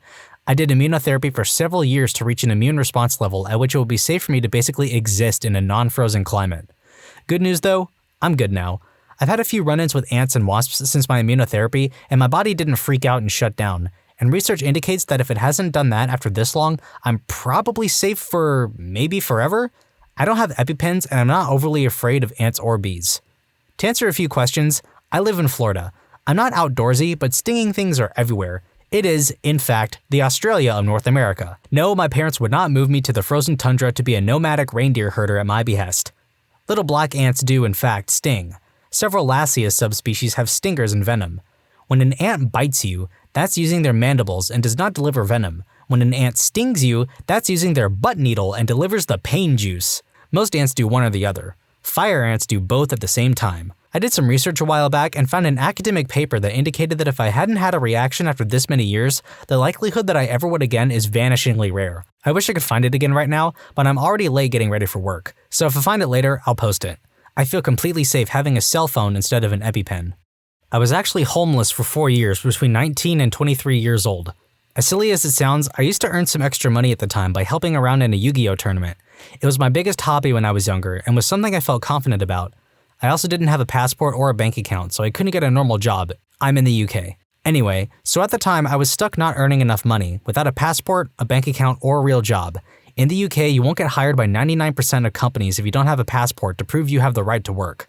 So one day I got a phone call from a studio asking if I played Yu-Gi-Oh and would consider myself a geek, also if I wanted to be in a TV show. They said they would send me to another country as part of it.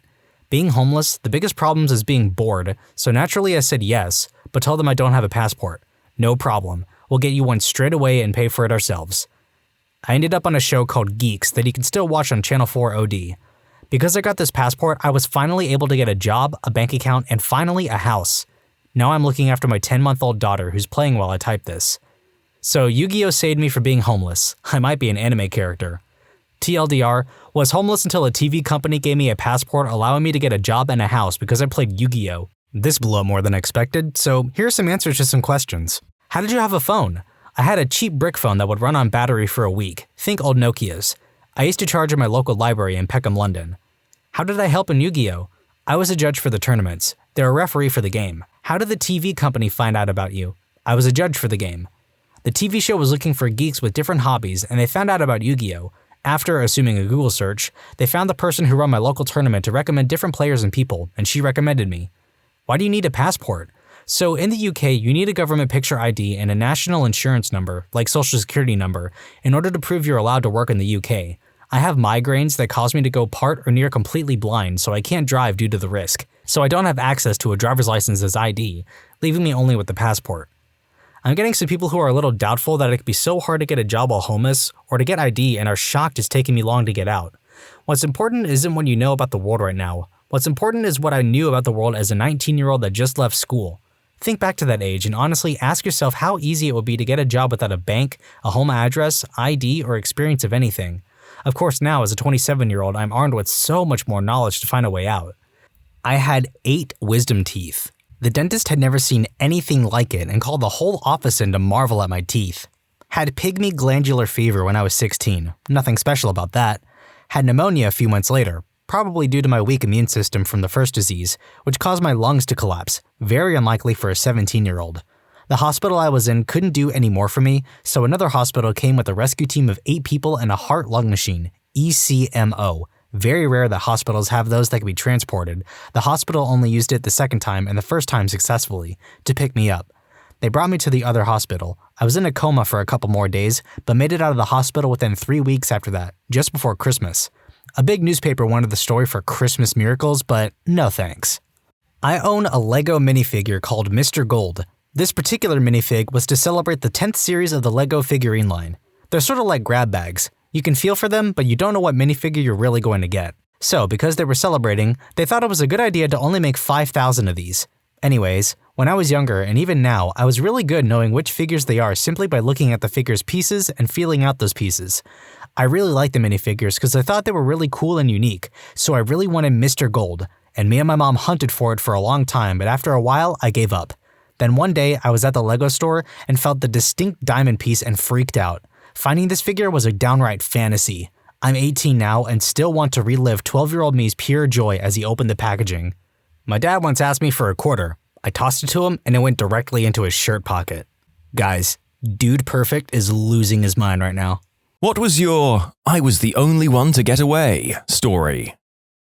Loads of people at a pub in my town that was notorious for not IDing, so had loads of underage people in there drinking. It was their busiest night of the year and the police raided it. Most people ran out the back and some hopped the fence. The rest tried to hide in the toilets. I just sat there drinking as the police came through the pub, pulling everyone out of the toilets and back inside, IDing them all and taking names and addresses. The people who had jumped the fence decided to stand on the corner just outside to wait for their friends who hadn't been so lucky, they thought. Next thing they knew, the police had come outside and started IDing everyone stood on the corner, like they had inside. Myself and 2 friends, one of age, the other, like me, not yet 18, had just sat there through the entire incident, drinking our pints and joking on with some of the better-natured cops. They didn't bother IDing anyone who hadn't run, so I was one of the very few friends who got away with it scot-free. This is beautiful. My best friend from college used to say, if you act like you own the place, you own the place. We used to do crazy stuff and no one would say a thing, because we acted like nothing was wrong. I was gambling in Vegas on a Friday with a friend's bachelor party coming up the next day. Playing blackjack, mostly just killing time waiting for dinner, but the table was on fire. It was a full table shortly after I sat down. I played a couple of hours and the table was all up on money, anywhere from $50,000 to $800. The $800 was me. Everyone else was literally up at least 10 grand. It's about 20 minutes before I'm supposed to meet up with someone, so I call it and head back to my room so I can shower and change for the night. Head out for dinner and have a good night. The next morning my buddies call me down to the lobby to meet up. As I get down there, out of sheer coincidence, they're talking to the dealer that was at the table when I left. She says, "There he is," and points at me. Friends are like, "Holy crap!" Turns out I was the only one that walked away from that table with $1 to my name. Someone taught me that the moment the dealer mentions how well you're doing, it's time to quit playing. High school party, one of my first. I was wasted, throwing up in the basement bathroom when the cops arrived. Eventually, they were let inside and stormed into the basement where everyone was hiding loudly with the lights off, with their flashlights beaming down into the dark. I want to say there were at least 30 people rounded up into the living room where they started calling parents. The host of the party saw me sitting on the mantel, having accepted my fate. She knew my dad would literally whoop my butt and sent me out the window. I knocked over the grill on my way out and walked around the back of the house, through a few backyards, and to the neighborhood pool where I cuddled up with some bushes for a few hours. When I saw the last cop finally leave, I sprinted back to the house and knocked on the door to be let in, scaring the crap out of the 3 survivors. A few dozen people were charged with underage drinking. Big house party. I drank the wrong drink, got rehypnol, went to my car, and passed out for the rest of the night. Everyone was on this big deck and it collapsed. Then the cops showed up and acted like total members even though people were injured. I slept in my car through the whole thing.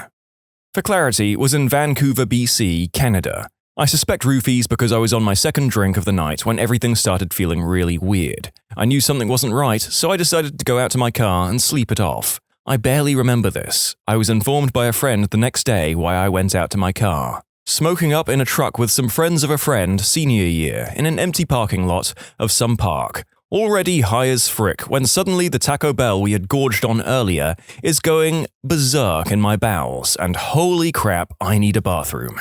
I ran or stumbled my way to the public restroom on the other side of the parking lot. I finish, and as I'm about to walk out, I see what looks like red lights illuminating the entrance. I start losing my mind. I know it's cops, and everyone's high as frick. At this point, I knew A, my friends are effed, B, what the frick should I do? I retreated in the furthest stall and texted my parents saying I was crashing at some dude's house. Ended up falling asleep in the stall. Woke up the next morning and got another friend to pick me up. Got away, no one ratted me out, and that's how Taco Bell simultaneously destroyed and saved my butt at the same time.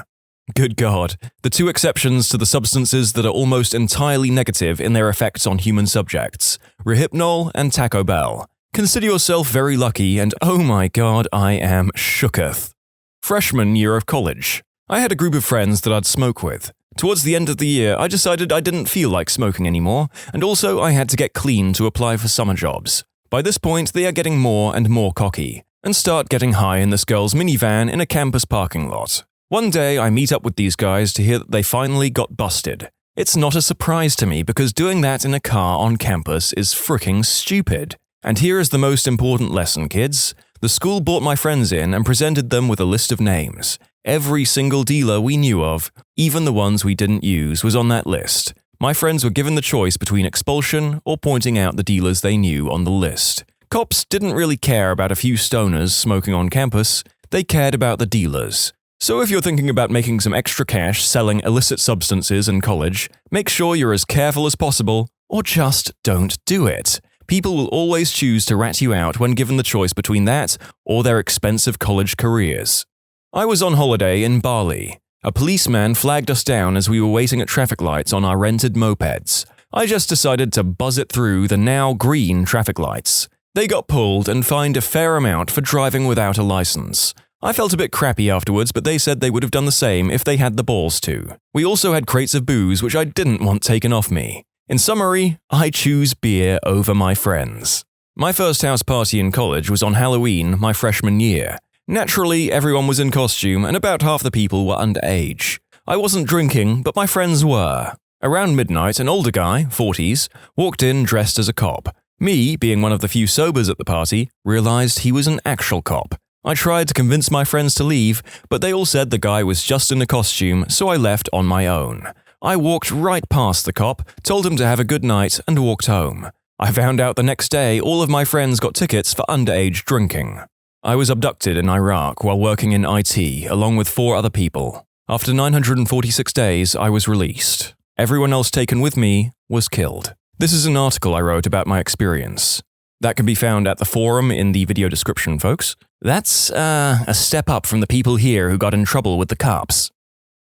I went to a private high school and was part of a group of about 20 people who knew about a tent hidden in the woods behind our school. People would go there and do the deed after school, smoke green herb, and do hood rat crap. Someone got in trouble and ratted out all of us in an attempt to lessen her punishment. Apparently, she was also going to be expelled, on the last day before finals. We all got called down to the detention room, and the dean told us that they had found drug paraphernalia and weapons, an airsoft pistol, and made us all write down everything we knew about the tent, and who we've seen at the tent. 19 people ratted out everyone in that room, including themselves, and were given pretty harsh punishments. 3 were expelled, some were suspended into the next year, and the rest got demerits. I wrote down, "I have no idea what you're talking about." Went and talked to the deans and said the same thing and was off the hook. I'm certain my name was on every list, and I'm sure they wanted to nail me, but I denied, and I guess they were satisfied with 19 people giving themselves up. My very first college professor gave me advice I remember to this day. First day of English class. Don't record it, don't write it down, and deny, deny, deny. One time, my psychology prof was in a bad mood, so he started asking everyone for their student ID. Rules say you have to show it to a uni official if they ask for it. I didn't have mine that day and didn't know what the punishment was, but I knew I wanted none of it, so I tried to get out of it. So what to do? I applied psychology. Before he gets to me, I walk up to him and ask him a question. When he comes around, he just points at me and mutters to himself that he'd already checked me. It wasn't a sure thing. If he had asked for my ID when I asked the question, I was screwed. It required careful timing to ask the questions before he saw me, so he was already thinking about that by the time he turned to face me. In the end, something like half the class didn't have their ID that day. Turns out, all they do is tell you to carry it. As our friends in the first story pointed out, confidence is everything. Well played, university student. Well played. Years back in high school, my buddy threw a huge party. Unfortunately, not just our usual group showed up. It was well over 100 people. Anyways, I was always on the lookout for cops or shady people. I had my reasons as to how screwed I would be if I got caught drinking. Sports, school, family, scholarships, etc. So the party goes on. More and more people we don't normally hang out with show up. So I grab my buddy and our DD and say, "We need to leave now. You can crash at my place, I don't care. Let's go." We hop into his car. That's when I throw a duffel bag of beer drunkenly into his trunk, followed by the sound of tabs popping up and beer spilling. We pull out and drive away. We get a quarter mile down the road before we see 4 cop cars headed to the house. The party was immediately shut down. Countless tickets written. People kicked off sports teams or clubs. What's funny is this same scenario happened 2 other times in high school. I left a party before the cops busted everyone and people got tickets the day before graduation. And another time I left a kickback which ended in the arrests of a few friends. My reputation still holds true. I always leave minutes before the cops arrive. "I leave minutes before the cops arrive," said the narc. Only narcs call people narcs, narc. Was at a Real Big Fish concert. We'd been following the tour for a while. Undercovers caught my dude rolling a doobie in the car. Then the other dude with us was coming by. I'm throwing as many GTFO, son, looks as I can, but they popped him for having pills when he came by. So everyone I was with, including the dude who owns the car, got arrested, thousands of miles from home. As the smartest in the group is getting cuffed, he asks the cops to give me his keys and their tickets. So I had a pocket of concert tickets, a car that isn't mine, and like $100. Took the car, bought a couple of 100 bottles of water, and a few 30-packs, and went back to the concert. Sold all the water for $1 each, most of the beers for like $3 each except for the 15 or so I drank, and scalped every ticket for like $120 each. Showed up at the jail with a random girl from the concert, kind of a little worse for wear, and bailed all my friends out on ones. Then brought them a hotel room. Can't leave my people behind, man. Turn up in the school washroom with my friends, with the lights off and the music blasting out. People were hanging off the stalls and making as much noise as possible. Teacher comes in and writes our names down. She gets to me and asks, "Have I already written down your name?" To which I say, "Yes," and walk away. Friends got detention. Apparently someone cracked the mirror in the washroom and no one fessed up, so they all went down together.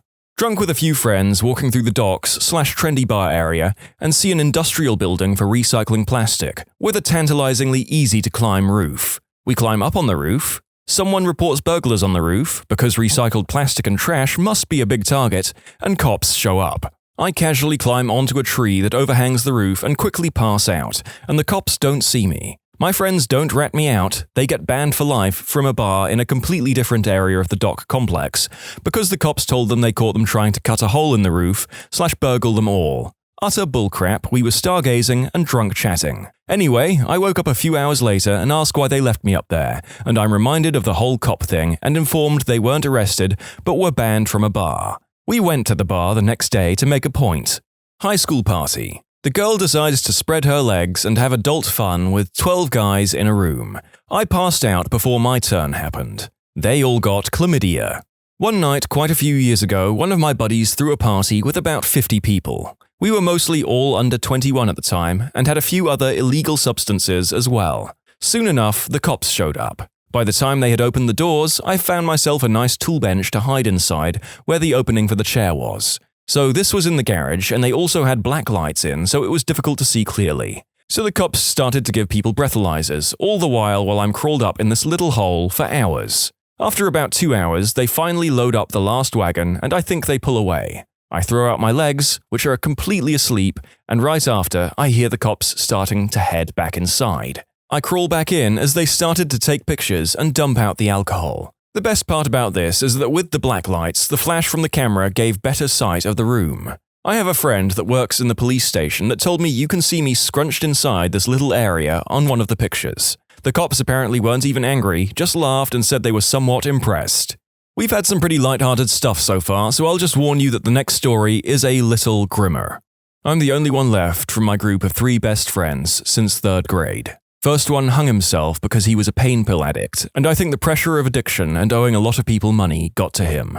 Ate a ton of Klonopins and hang himself up on his mum's porch with a dog leash. My wife was dating him when I met her, and I always joke about it when people ask how we met. I say she was dating my friend, and I stole her, and when they ask if we're still friends, I get quiet and say, he offed himself. Second one was a smack addict. Wrecked his car bad when he nodded off, and he lived. After getting home from the hospital, he shot up again and nodded off while eating cereal and choked. His mom found him blue in the face. He lived, but is a completely different person who will never be independent again. The third one just died recently. He was the most badass person ever. Had so much fun in a life he loved. He was that dude on your social media you lived vicariously through. Badass chicks every month. Awesome road trips to Mexico one week and Alaska the next. He loved living the biker life. I couldn't even cry when he died because he died doing what he loved. He had literally said to me that he would rather die on his bike than doing anything else.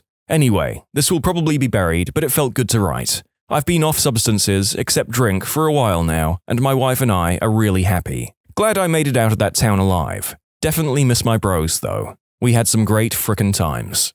During school, my friends and I sat at the same table. They, and me, had a food fight. However, I sat at the perfect angle to where lunch people couldn't see me throwing food. I didn't get caught, and the rest of my friends had to clean the tables for a week and got detention. Lollapalooza a few years back. Me and my one friend and about 10 other random kids were walking around the festival looking for a place to hop the fences and sneak in because none of us bought tickets. We finally find an area where there are only a couple of security guards. There was a dozen of us that hopped this tall fence at the same time. Little did we know that the Chicago police security tent for the festival was right where we all hopped the fence. As soon as we hopped the fence, about 8 cops came running out of nowhere, and at least half the group is on the ground with security holding them down immediately. The security firm had some athletic, jacked types. The cops get the other 4 kids after about a 15-foot intense dash. I swear kids were getting tackled left and right. These cops and security were literally spearing kids into the ground and shoving their faces in the dirt. It was insane. Me and my one friend make it about another half a block and run into another fence. This time, 2 cops are chasing us. As we are hurdling the second fence, one grabs my arm and tried pulling me down. I shimmied my way onto the other side. We see one more scalable fence and hop that too. At this point, we realize that we're backstage for Eminem, and we head into 2 porta potties backstage for about 10 minutes to hide out just as the show is starting. We realized the cops have better things to do and probably quit searching for us. We head up the side stairs to Eminem and literally get to the side of the stage. Nothing better than an adrenaline-filled sprint hopping multiple fences and making it on stage with Eminem for free. My friend's Southern Comfort pint didn't fall out of his pocket, so we had that to drink on. Nothing beats being 18 without a care in the world. It was like sneaking into prison. So here's my crazy story. So my freshman year of college, me and a couple of buddies ended up getting a house together. Mistake 1. We would routinely host parties that would become way too out of control to handle. One night, we were having our Halloween bash thing and planned on having maybe 100 to 150 people. So beforehand, we decided to go in on a couple of ounces of green herb and make brownies or smoke until we couldn't see. We ended up getting so high that we forgot we were having people over, as well as the fact that we had made herb brownies. 11 p.m. rolls around and there's a knock on the door. We're all freaking out thinking it's the cops, so nobody went to the door. About 2 minutes later, someone walks in from the back door, which we had apparently left unlocked. Turns out to be a good friend who's there for the party, along with 20 other people. So they head to the basement to get drinking and whatnot. This literally happens once every 5 minutes until we have a line out the front door and onto the street. At this point, I'm way too high to want to have anything to do with this, so I'm sitting on the couch watching a documentary on ancient aliens on Netflix. This continues for about 2 hours uninterrupted until I get a call from a friend of mine saying there are 4 cop cars headed down my street and that he just turned around. So now I'm freaking out and I head downstairs and shut the music off and turn the lights on, attempting to explain to this crowd of people that there are cops coming and they are going to be very angry and to leave. Of course, nobody listens except the guys with warrants who go sprinting down the alley. As soon as I make it upstairs, I hear my roommate yelling, saying not to answer the door. The police are here. So my first instinct is to try and hide, but then I remember the weed brownies. I grabbed them out of the fridge and darted upstairs as fast as I could to our attic entrance. The way our attic was set up was that it was accessible via what looked like a regular closet door, but was actually frickin' Narnia, and that's where I wanted to hide. I get in the attic and we had moving boxes in there, so I made a fort out of them and just kind of sat in there, listening to everything that was going on, eating an entire pan of brownies. Mistake number 2. The cops ended up clearing the house after some drunk moron let them in. They gave practically everyone underage a ticket, leaving breathalyzer strips all over the house. They gave so many tickets, I could hear them joking about running out and going back to the cruiser for more. 2 of the girls that got underaged were actually Norwegian tennis players on scholarships, who also had to get their stomachs pumped. They are no longer playing tennis. After they'd cleared the house of partygoers, they had all of my roommates in the living room yelling at them about how many times they've come out here, and about how it always smells like pot. Then I hear at the bottom of the stairs, "If there's anybody out there, come up right now!" And I'm crapping my pants. Then, the footsteps. At this moment, I'm literally melting into the floor, drawing parallels between myself and the story of Anne Frank. The cop opens the attic door and shines his light in, but I'm hiding like a damn ninja and probably says to himself, "Screw that, I'm not gonna look that hard." Long story short, all of my roommates ended up spending the night in jail for various illicit substances, drinking, and maintaining nuisance, or whatever the cops could think of, and I spent my night hiding in the attic, which to this day we refer to as Anne Franking. When you subscribe, make sure to hit the bell to turn on notifications. Put the playlist on in the background to finish listening to all the stories, linked at the top of the description. And if you like Am I the Genius, give Am I the Jerk a shot, linked in the description too.